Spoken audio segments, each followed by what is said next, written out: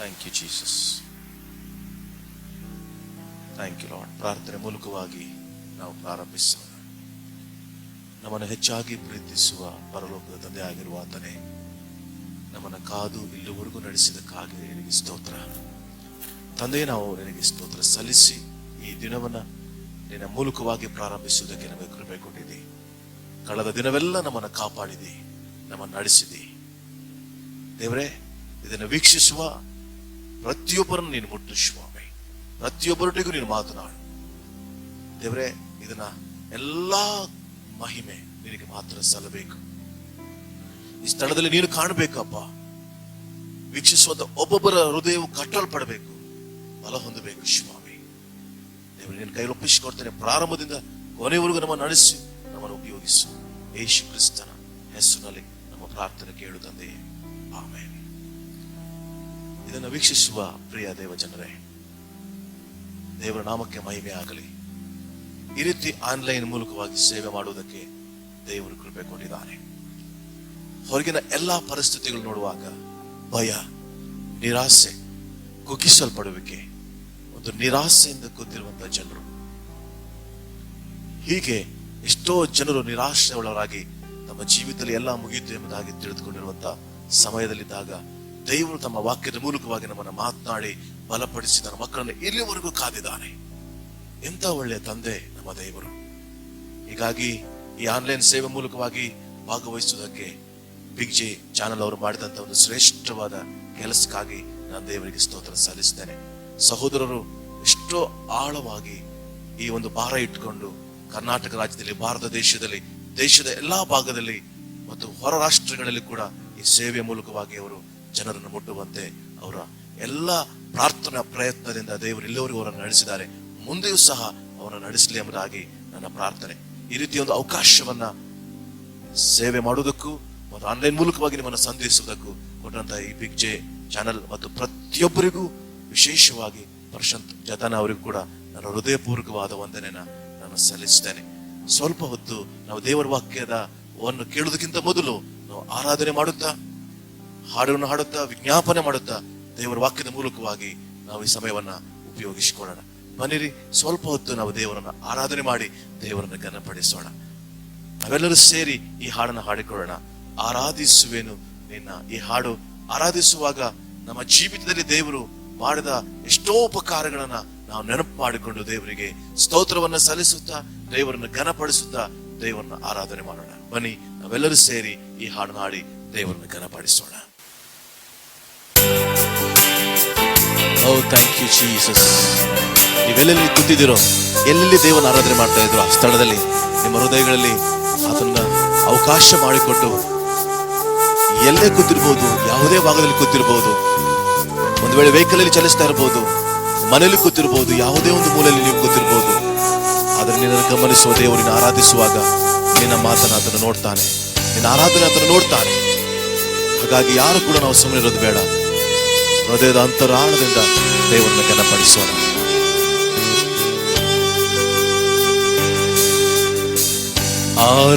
ಆರಾಧಿಸುವೆನು ನಿನ್ನ, ಆರಾಧಿಸುವೆನು ನಿನ್ನ, ಆರಾಧಿಸುವೆನು ನಿನ್ನ. ನನ್ನನ್ನು ಉತ್ತರಿಸುವವರು ನೀವೇ, ನನ್ನ ತಲೆಗೆ ಎಂದಿಗೂ ಗೌರವವು ನೀವೇ. ನನ್ನನ್ನು ಉತ್ತರಿಸುವವರು ನೀವೇ, ನನ್ನ ತಲೆಗೆ ಎಂದಿಗೂ ಗೌರವವು ನೀವೇ.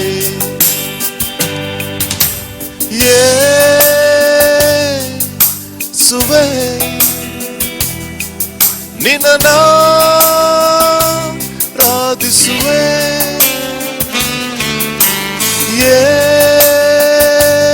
ಯೇಸುವೇ, ನಿನ್ನನ್ನು ಆರಾಧಿಸುವೆ. ಆರಾಧಿಸುವೆನು ನಿನ್ನ, ಆರಾಧಿಸುವೆನು ನಿನ್ನ. ಆರಾಧಿಸುವೆನು ನಿನ್ನ. ನೀವಿರುವಂತಹ ಸ್ಥಳಗಳಲ್ಲಿ ಹೃದಯ ತೆರೆದು ಆತನೊಟ್ಟಿಗೆ ಮಾತನಾಡ್ರಿ. ನಮ್ಮ ಜೀವಿತವನ್ನು ಆತನು ನೋಡಿದಾನೆ, ನಮ್ಮ ಪರಿಸ್ಥಿತಿನ ಆತನು ನೋಡಿದಾನೆ. ನಾವು ಹಾದು ಹೋಗುವಂತ ಸ್ಥಿತಿ ಎಲ್ಲವೂ ಆತನಿಗೆ ಗೊತ್ತಿದೆ. ಆತನಿಗೆ ಮರೆಯಾದುದು ಒಂದೂ ಇಲ್ಲ. ನಮ್ಮ ಎಲ್ಲ ನೋವುಗಳನ್ನು ಆತನು ತಿಳಿದು ಆತನಾಗಿದ್ದಾನೆ. ಇದನ್ನು ಆರಾಧಿಸುವಂತ ಪ್ರಿಯ ದೇವ ಮಗುವೆ, ನಿನ್ನ ಹೃದಯದ ಭಾರವನ್ನು ಆತನ ಮೇಲೆ ಹಾಕು. ನಿನ್ನ ಚಿಂತೆನೆಲ್ಲ ಆತನ ಮೇಲೆ ಹಾಕು. ನಿನ್ನ ಪರಿಸ್ಥಿತಿ ಆತನೊಟ್ಟಿಗೆ ಮಾತನಾಡು. Thank you daddy. Oh we love you Lord. ಲೋಕದಲ್ಲಿ ಅಲೆಯುತ್ತಿದ್ದೆ, ನೀನೇ ನನ್ನ ಹುಡುಕಿ ಬಂದೆ. ನಿನ್ನ ಪ್ರೀತಿ ಶ್ರೇಷ್ಠವಲ್ಲವೇ?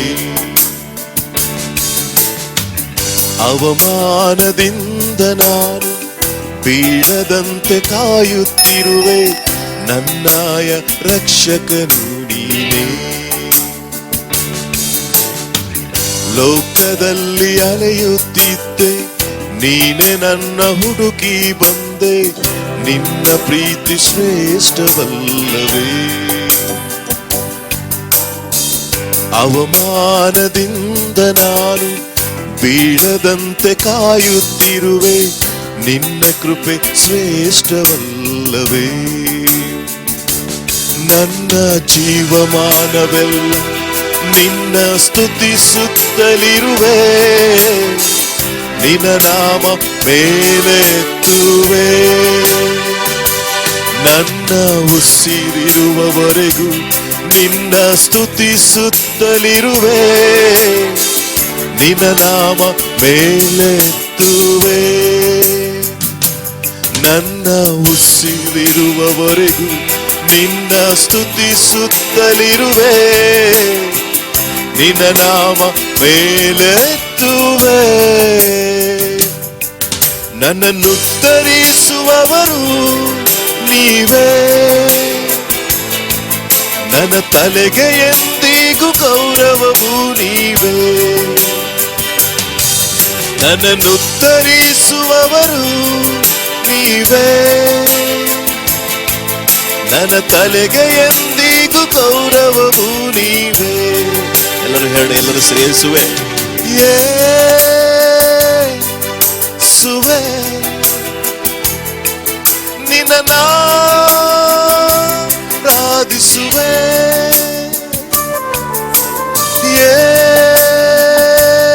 ಯೇಸುವೆ ನಿನ್ನ ಆರಾಧಿಸುವೆ. ಆರಾಧಿಸುವೆನು ನಿನ್ನ. ಆರಾಧಿಸುವೆನು ನಿನ್ನ. ಆರಾಧಿಸುವೆನು ನಿನ್ನ. ಎಲ್ಲೆಲ್ಲಿ ಎಲ್ಲರೂ ಸೇರಿ ಬಾಯಿಗಳ ತೆರೆದು ಆತನಿಗೆ ಸ್ತೋತ್ರ ಹೇಳ್ರಿ. ಯಾವಾಗ ಪೌಲ ಸೀಲರು ತಮ್ಮ ಕಠಿಣವಾದ ಸ್ಥಿತಿಯಲ್ಲಿ ನೊಂದಂತ ಸಂದರ್ಭದಲ್ಲಿ ಅವರು ಹೃದಯ ತೆರೆದು ದೇವನ ಆರಾಧನೆ ಮಾಡಿದ್ದಾರೆ. ಯಾವಾಗ ಆರಾಧನೆ ಮಾಡಿದ್ರು, ಸೆರೆಮನೆಯ ಬಲಗಳು ಮುರಿಯಲ್ಪಟ್ಟಿದೆ, ಕದಗಳು ಕಳಚಿ ಹೋಗಿದೆ, ಕೈಗಳಿಗೆ ಹಾಕಿರುವಂತ ಬೇಡಿಗಳು ಕಳಚಿ ಹೋಗಿದೆ. ನಿನ್ನ ಜೀವಿತದಲ್ಲಿ ಒಂದು ಬಂಧನಗಳಿರ್ಬೋದು, ಪರಿಸ್ಥಿತಿಗಳು ನಿನ್ನನ್ನು ಕಟ್ಟಿ ಹಾಕಿರ್ಬೋದು. ನೊಂದ ನಿನ್ನ ಜೀವಿತವನ್ನು ಬಿಡುಗಡೆ ಮಾಡುವ ದೇವರಿದ್ದಾನೆ. ಯಾವ ರೀತಿ ಪೌಲ ಸೀಲರು ಆರಾಧಿಸಿದಾಗ, ಬಿಡುಗಡೆ ಹೊಂದಿದವರಾಗಿ ಆರಾಧನೆ ಮಾಡಿದಾಗ ಅವರು ಹೊರಗೆ ಬಂದು ದೇವರನ್ನು ಕೊಂಡಾಡ್ತಾ ಇದ್ದಾರೆ. ಬಿಡುಗಡೆ ಆಗಿದೆ. ಅಷ್ಟು ಮಾತ್ರವಲ್ಲ, ಸೆರೆಮನೆ ಯಜಮಾನನು ಬಂದು ರಕ್ಷಣೆ ಹೊಂದುವುದಕ್ಕೆ ಏನು ಮಾಡಬೇಕೆಂಬುದಾಗಿ ಕೇಳ್ತಾ ಇದ್ದಾನೆ. ಸೆರೆಯಲ್ಲಿದ್ದವರು ಲಕ್ಷ್ಯ ಬಿಟ್ಟು ಕೇಳ್ತಾ ಇದ್ದಾರೆ. ನೀನು ಆರಾಧಿಸುವಾಗ ಸುತ್ತಲಿನ ಜನರು ಕೇಳ್ತಾ ಇದ್ದಾರೆ. ಅವರು ಬಿಡುಗಡೆ ಹೊಂದುವುದು ಮಾತ್ರವಲ್ಲ, ದೇವರು ನನ್ನನ್ನು ಕೂಡ ಬಿಡುಗಡೆ ಮಾಡ್ತಾನೆ. ಇವತ್ತು ಪಟ್ಟಣ ರಕ್ಷಣೆ ಹೊಂದಬೇಕಾಗಿದೆ. ದೇಶಗಳು, ಜಿಲ್ಲೆಗಳು, ರಾಜ್ಯಗಳು ಕರ್ತನ ಕಡೆಗೆ ತಿರುಗಬೇಕಾದ್ರೆ ಪೌಲ ಸೀಲರು ಆರಾಧನೆ ಮಾಡಿದ ಹಾಗೆ ನೊಂದ ಸಂದರ್ಭದಲ್ಲಿಯೇ, ಭಯದ ಸಂದರ್ಭದಲ್ಲಿಯೇ, ನಿರಾಸೆಯಿಂದ ಕುಗ್ಗಿ ಹೋಗದೆ ನಾವು ಆರಾಧನೆ ಮಾಡುವಂತರಾಗಿರ್ಬೇಕು. ಬನ್ನಿ ಆರಾಧನೆ ಮಾಡೋಣ, ದೇವರನ್ನ ಘನಪಡಿಸೋಣ.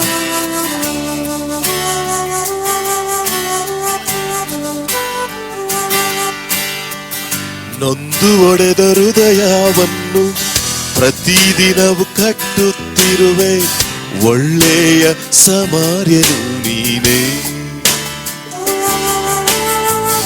ಉಸುಕಿನಲ್ಲಿ ನಿಂತ ನನ್ನ ಬಂಡೆ ಮೇಲೆ ನಿಲ್ಲಿಸಿರುವೆ, ನನ್ನಾಯ ರಕ್ಷಕನು ನೀನೇ. ಓ ಥ್ಯಾಂಕ್ ಯು ಲಾರ್ಡ್. ಇವತ್ತು ಹೇಳ್ರಿ, ಈ ಚರಣ ಹಾಡುವಾಗ ನೊಂದು ಒಡೆದ ಹೃದಯವನ್ನು ನೀನು ಪ್ರತಿನಿತ್ಯ ಕಟ್ಟುತ್ತಾ ಇರುವೆ ಕರ್ತನೆಂಬುದಾಗಿ ಹೇಳುವ. Thank you Lord. ನೊಂದು ಒಡೆದ ಹೃದಯವನ್ನು ಪ್ರತಿದಿನವೂ ಕಟ್ಟುತ್ತಿರುವೆ, ಒಳ್ಳೆಯ ರಕ್ಷಕನು ನೀನೇ. ಉಸುಬಿನಲ್ಲಿ ನಿಂತ ನನ್ನ ಬಂಡೆ ಮೇಲೆ ನಿಲ್ಲಿಸಿರುವೆ, ನನ್ನಾಯ ರಕ್ಷಕನು ನೀನೇ. ನನ್ನ ಜೀವಮಾನವೆಲ್ಲ ನಿನ್ನ ಸ್ತುತಿಸುತ್ತಲಿರುವೆ, ನಿನ್ನ ನಾಮ ಮೇಲೆತ್ತುವೆ. ನನ್ನ ಉಸಿರಿರುವವರೆಗೂ ನಿನ್ನ ಸ್ತುತಿಸುತ್ತಲಿರುವೆ, ನಿನ್ನ ನಾಮ ಮೇಲೆತ್ತುವೆ. ನನ್ನ ಉಸಿರಿರುವವರೆಗೂ ನಿನ್ನ ಸ್ತುತಿಸುತ್ತಲಿರುವೆ, ನಿನ್ನ ನಾಮ ಮೇಲೆತ್ತುವೆ. ನನ್ನನ್ನು ಉತ್ತರಿಸುವವರು ನೀವೇ, ನನ್ನ ತಲೆಗೆ ಎಂದಿಗೂ ಗೌರವವು ನೀವೇ. ನನ್ನನ್ನು ಉತ್ತರಿಸುವವರು ನೀವೇ, ನನ್ನ ತಲೆಗೆ ಎಂದಿಗೂ ಗೌರವವು ನೀವೇ. ಹೇಳಿ ಎಲ್ಲರೂ ಸೇರಿ ಯೇಸುವೆ, ಯೇಸುವೆ,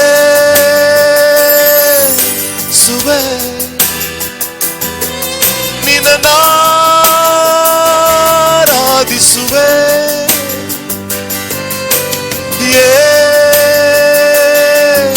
ಯೇಸುವೆ, ನಿನ್ನನ್ನು ಆರಾಧಿಸುವೆ. ಆರಾಧಿಸುವೆನು ನಿನ್ನ. ಪ್ರತಿಯೊಬ್ಬರು ಹೇಳಿ, ಆರಾಧಿಸುವೆನು ನಿನ್ನ, ಆರಾಧಿಸುವೆನು ನಿನ್ನ. ಬೆಳಲಿ ಆರಾಧನೆ ಮಾಡ್ತಾ ಇದ್ರು. ನಿನ್ನ ಗಾಯಗಳನ್ನು ಕಟ್ಟುವ ಆತನು, ನಿನಗೆ ಬಿಡುಗಡೆ ಕೊಡುವ ಆತನಿದ್ದಾನೆ. ನಾವ್ಯಾರು ಕೂಡ ಸುಮ್ಮನೆ ಇರೋದು ಬೇಡ. ಲೋಕದ ಜನರಿಗೆ ಭಯ ಇರ್ಬೋದು, ಆದರೆ ನಾವು ನಂಬಿರುವ ಆತನು ನಾವು ಭಯ ಪಡೋದು ಬೇಡ. ನಾವು ಸೋತು ಹೋಗೋದು ಬೇಡ, ನಿರಾಸೆಗೊಳ್ಳೋದು ಬೇಡ. Hallelujah. Thank you Jesus. Thank you Jesus. ಕರ್ತನೇ, ನಾವು ಮನಸಾರೆ ನಾವು ನಿನ್ನನ್ನು ಸ್ತುತಿಸ್ತೇವೆ. Thank you Jesus. ನಾವು ಮನಸಾರೆ ನಾವು ನಿನ್ನನ್ನು ಕೊಂಡಾಡಬೇಕು. ಯೆಹೋಷಾಫಾಟನ ಜನರು, ಆತನ ವಿರುದ್ಧವಾಗಿ ಬಂದಂತ ಅರಸರು, ಆತನು ಏನು ಮಾಡಬೇಕೆಂಬುದಾಗಿ ಗೊತ್ತಿಲ್ಲದ ಕಾರಣ ಉಪವಾಸವಿದ್ದು ದೇವರ ಸನ್ನಿಧಿಯಲ್ಲಿ ದೇವರನ್ನು ನೋಡುವ ಒಂದು ಸಂದರ್ಭದಲ್ಲಿ ಆತನು ತೆಗೆದುಕೊಂಡಂತ ಕೆಲಸ ಏನು ಗೊತ್ತಾ, ತೀರ್ಮಾನ ಏನು ಗೊತ್ತಾ? ಆರಾಧಕರನ್ನು ಸ್ತುತಿಸುತ್ತಾ ದೇವರನ್ನು ಘನಪಡಿಸುವ ಒಂದು ಸೈನ್ಯವನ್ನು ಆತನು ತೆಗೆದುಕೊಂಡು ಹೋಗಿದ್ದಾನೆ. ಆತನು ಯುದ್ಧ ಮಾಡುವುದಕ್ಕೆ ಬೇರೆ ಯಾವ ಆಯುಧವನ್ನು ತೆಗೆದುಕೊಳ್ಳಲಿಲ್ಲ. ಇವತ್ತು ನಮ್ಮ ವಿರುದ್ಧವಾದ ಎಷ್ಟೋ ಸಮಸ್ಯೆಗಳು ಬಂದಿದೆ. ಅಲ್ಲಲ್ಲಿ ಯುದ್ಧಗಳಾಗುವಂತ ಸಂದರ್ಭ ಇದೆ. ಅಲ್ಲಲ್ಲಿ ರೋಗದ ಒಂದು ವೈರಸ್ನ ಭಯ ಇದೆ. ಯಾವ ದಿಕ್ಕು ಕಾಣದಿರುವಂತ ಸಂದರ್ಭದಲ್ಲಿ ನಾವು ಮಾಡಬೇಕಾಗಿರುವಂತ ಒಂದೇ ಒಂದು ಕೆಲಸ ಏನು ಗೊತ್ತಾ? ಮನಸಾರೆ ನಾವು ಆತನನ್ನು ಆರಾಧಿಸಬೇಕು. ಯಾವಾಗ ನಾವು ಆರಾಧಿಸ್ತೇವೋ, ಯಾವಾಗ ನಾವು ದೇವರನ್ನು ಕೊಂಡಾಡ್ತೇವೋ, ನಾವು ಆರಾಧಿಸುವಾಗ ಸೈನ್ಯ, ನಮ್ಮ ವಿರುದ್ಧವಾಗಿ ಬರುತ್ತ ಎಲ್ಲ ಸೈನ್ಯಗಳು ನಮ್ಮಿಂದ ತಾವೇ ಸೋತು ಹೋಗ್ತಾರೆ. ನಮಗೆ ಬಿಡುಗಡೆ ಎಲ್ಲಿದೆ ಗೊತ್ತಾ? ನಾವು ಆರಾಧನೆ ಮಾಡುವಾಗ. ಹಾಗಾಗಿ ಹೃದಯಪೂರ್ವಕವಾಗಿ ಈ ಹಾಡನ್ನು ಹಾಡಿಕೊಳ್ಳುತ್ತಾ ಮನಸಾರೆ ನಾವು ಆತನನ್ನು ಆರಾಧನೆ ಮಾಡೋಣ. ಓ thank you Jesus. Yes Lord, ಯೇಸುವೇ ಸ್ತುತಿಸುವೆ ನಿನ್ನನ್ನೇ ಮನಸಾರೆ. ಯೇಸುವೇ ಸ್ತುತಿಸುವೆ ನಿನ್ನನ್ನೇ ಮನಸಾರೆ. ಮನಸಾರೆ ಮನಸಾರೆ ಮನಸಾರೆ ಸ್ತುತಿಸುವೆ ಮನಸಾರೆ. ಎಲ್ಲರೂ ಹಾಡ್ಬೋದ? ಪ್ರತಿಯೊಬ್ಬರು ನನ್ನೊಟ್ಟಿಗೆ ಹಾಡ್ರಿ. ಅಂತರಾಳದಿಂದ ಆತನೊಟ್ಟಿಗೆ ಆರಾಧನೆ ಮಾಡಿ. ಯೆಹೋಷಾಫಾಟನು ಬೇರೆ ಸಮಸ್ಯೆಗಳು ನೋಡುವಾಗ ಭಯಪಡಲಿಲ್ಲ. ಭಯ ಬಂದಾಗಲೂ ಕೂಡ ಕರ್ತನ ಕಡೆಗೆ ದೃಷ್ಟಿಸಿದ್ದಾನೆ. ನೀನು ಮನಸ್ಸಾರೆ ಆತನನ್ನು ಸ್ತುತಿಸುವಾಗ ಸಮಸ್ಯೆಗಳು ತನ್ನಿಂದ ತಾನೇ ಬಿಟ್ಟು ಹೋಗ್ತದೆ. ನಿಮ್ಮ ಜೀವಿತದ ಎಲ್ಲ ನೋವುಗಳು ನಿಮ್ಮನ್ನು ನೀವು ಹಾಗೆ ಬಿಟ್ಟು ಹೋಗ್ತದೆ. ಆವಾಗ ನೀನು ಆತನನ್ನು ಮನಸ್ಸಾರೆ ಆರಾಧಿಸುವಾಗ. Thank you Lord. ನನ್ನ ಪಾಪಕ್ಕಾಗಿ ಶಿಲುಬೆಯ ನೀ ಹೊತ್ತು, ನನ್ನ ದ್ರೋಹಕ್ಕಾಗಿ ಪ್ರಾಣವ ನೀಡಿದೆ. ನನ್ನ ಪಾಪಕ್ಕಾಗಿ ಶಿಲುಬೆಯ ನೀ ಹೊತ್ತು, ನನ್ನ ದ್ರೋಹಕ್ಕಾಗಿ ಪ್ರಾಣವ ನೀಡಿದೆ. ಈ ಪ್ರೀತಿಗಾಗಿ, ಈ ತ್ಯಾಗಕ್ಕಾಗಿ ಆರಾಧಿಸುವೆ ಮನಸಾರೆ ನಿನ್ನನ್ನೇ.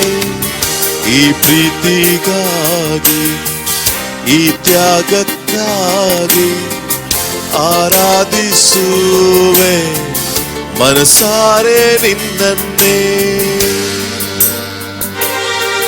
ಮನಸಾರೆ ಮನಸಾರೆ ಮನಸಾರೆ ಆರಾಧಿಸುವೆ ಮನಸಾರೆ. ನನ್ನೊಟ್ಟಿಗೆ ಆರಾಧನೆ ಮಾಡಿ. ಹೃದಯ ತೆರೆದು ಆತನೊಟ್ಟಿಗೆ ಆರಾಧನೆ ಮಾಡಿ. ಆತನನ್ನು ಆರಾಧಿಸುವ ಯೆರಿಕೋ ಕೋಟೆಯ ಮಲಗಳು ಸಹ ಮುರಿಯಲ್ಪಡುತ್ತದೆ. ಯೆಹೋಷಾಫಾಟನಿಗೆ ದೇವರು ಕೊಟ್ಟಂತ ಆಜ್ಞೆ ಏನಂದ್ರೆ, ನೀವು ಮೌನವಾಗಿದ್ದು ಗೋಡಿನ ಸಕ್ರಿಯವರಾಗಿ. 7ನೇ ದಿನ ಅವರು ಮನಸಾರೆ ಅವರು ಸುತ್ತಾಕಿ ದೇವರನ್ನ ಘನಪಡಿಸಿ ತುತ್ತೂರಿ ಓದುವಾಗ ಯೆರಿಕೋ ಕೋಟೆ ತನ್ನಿಂದ ತಾನೇ ಬಿದ್ದು ಹೋಯಿತು. ಬರುವಂತ ಕೋಟೆ ನೋಡಿ ಭಯಪಡಬೇಡ್ರಿ. ಮನಸಾರೆ ಆತನನ್ನು ಆರಾಧನೆ ಮಾಡುವಾಗ ಯೆರಿಕೋ ಕೋಟೆ ತನ್ನಿಂದ ತಾನೇ ಬಿದ್ದು ಹೋಗ್ತದೆ. ಸಮಸ್ಯೆ ತಮ್ಮಿಂದ ತಾನೇ ಅದು ಓಡಿ ಹೋಗ್ತದೆ. ಆರಾಧನೆ ಮಾಡ್ತೀರಾ? Thank you dad. Thank you Lord. We love you Lord. ನೀ ನಡೆಸುವ ರೀತಿ ಜ್ಞಾನಕ್ಕೆ ನಿಲುಕಲು, ನೀ ತೋರಿಸುವ ಪ್ರೀತಿ ಕಣ್ಮಣಿಯ ರೀತಿ. ನೀ ನಡೆಸುವ ರೀತಿ ಜ್ಞಾನಕ್ಕೆ ನಿಲುಕಲು, ನೀ ತೋರಿಸುವ ಪ್ರೀತಿ ಕಣ್ಮಣಿಯ ರೀತಿ. ಈ ಪ್ರೀತಿಗಾಗಿ, ಈ ತ್ಯಾಗಕ್ಕಾಗಿ ಆರಾಧಿಸುವೆ ಮನಸಾರೆ ನಿನ್ನನ್ನೇ. ಸ್ತುತಿಸುವೇನು, ಹೊಗಳುವೇನು, ಘನಪಡಿಸುವೆ ಮನಸಾರೆ ನಿನ್ನನ್ನೇ. ಮನಸಾರೆ ಮನಸಾರೆ ಮನಸಾರೆ ಆರಾಧಿಸುವೆ ಮನಸಾರೆ. ಎಲ್ಲರೂ ಸೇರಿ, ಪ್ರತಿಯೊಬ್ಬರೊಟ್ಟಿಗೆ ಸೇರಿ ಮನಸಾರೆ ಮನಸಾರೆ ಮನಸಾರೆ ಸ್ತುತಿಸುವೆ ಮನಸಾರೆ. ಎಲ್ಲರೂ ಹೃದಯ ತೆರೆದು ಆತನ ಆರಾಧನೆ ಮಾಡಿ, ಆತನ ಆಳವಾಗಿ ಪ್ರೀತಿಸಿ ಆತನ ಆರಾಧನೆ ಮಾಡಿ. ಆತನ ಒಳ್ಳೆಯ ತಂದೆ, ನಮ್ಮ ವಿಜ್ಞಾಪನೆಯನ್ನು ಕೇಳುವ ತಂದೆ, ನಮ್ಮನ್ನು ಘನಪಡಿಸುವ ತಂದೆ. Hallelujah. Thank you Lord, thank you Lord, thank you Lord. ಪರಿಶುದ್ಧನೇ ಪರಿಶುದ್ಧನೇ ನಿನ್ನನ್ನಾರಾಧಿಸುವೆ, ಸರ್ವಶಕ್ತನೇ ಸರ್ವವ್ಯಾಪಿಯೇ ನಿನ್ನನ್ನಾರಾಧಿಸುವೆ. ಪರಿಶುದ್ಧನೇ ಪರಿಶುದ್ಧನೇ ನಿನ್ನನ್ನಾರಾಧಿಸುವೆ, ಸರ್ವಶಕ್ತನೇ ಸರ್ವವ್ಯಾಪಿಯೇ ನಿನ್ನನ್ನಾರಾಧಿಸುವೆ. ಕೆರೂಬಿಯರು ಸೇರಾಫಿಯರು ದಿನನಿತ್ಯ ಸ್ತುತಿಸುವ ಸೇನಾಧೀಶ್ವರನೇ, ಮಹಿಮೆಗೂ ನಿಯೋಗ್ಯನೇ, ಮಾನ ಪ್ರಭಾವವು ಉಳ್ಳವರೇ. ಆರಾಧನೆಗೆ ನಿಯೋಗ್ಯನೇ, ನನ್ ಸ್ತುತಿಗೆ ಪಾತ್ರನೇ. ಆರಾಧನೆಗೆ ನಿಯೋಗ್ಯನೇ, ನನ್ ಸ್ತುತಿಗೆ ಪಾತ್ರನೇ. ಎಲ್ಲರೂ ಸೇರಿ ನನ್ನ ಪರಿಶುದ್ಧನೇ ಪರಿಶುದ್ಧನೇ ಪರಿಶುದ್ಧನೇ ನಿನ್ನನ್ನಾರಾಧಿಸುವೆ, ಸರ್ವಶಕ್ತನೇ ಸರ್ವವ್ಯಾಪಿಯೇ ನಿನ್ನನ್ನಾರಾಧಿಸುವೆ. ಪರಿಶುದ್ಧನೇ ಪರಿಶುದ್ಧನೇ ನಿನ್ನನ್ನಾರಾಧಿಸುವೆ, ಸರ್ವಶಕ್ತನೇ ಸರ್ವವ್ಯಾಪಿಯೇ ನಿನ್ನನ್ನಾರಾಧಿಸುವೆ. ಓ ಥ್ಯಾಂಕ್ ಯು ಲಾರ್ಡ್. ಆರಾಧನೆ ಆರಾಧನೆ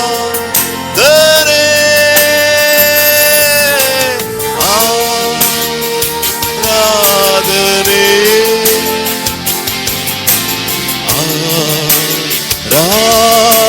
ಆರಾಧನೆ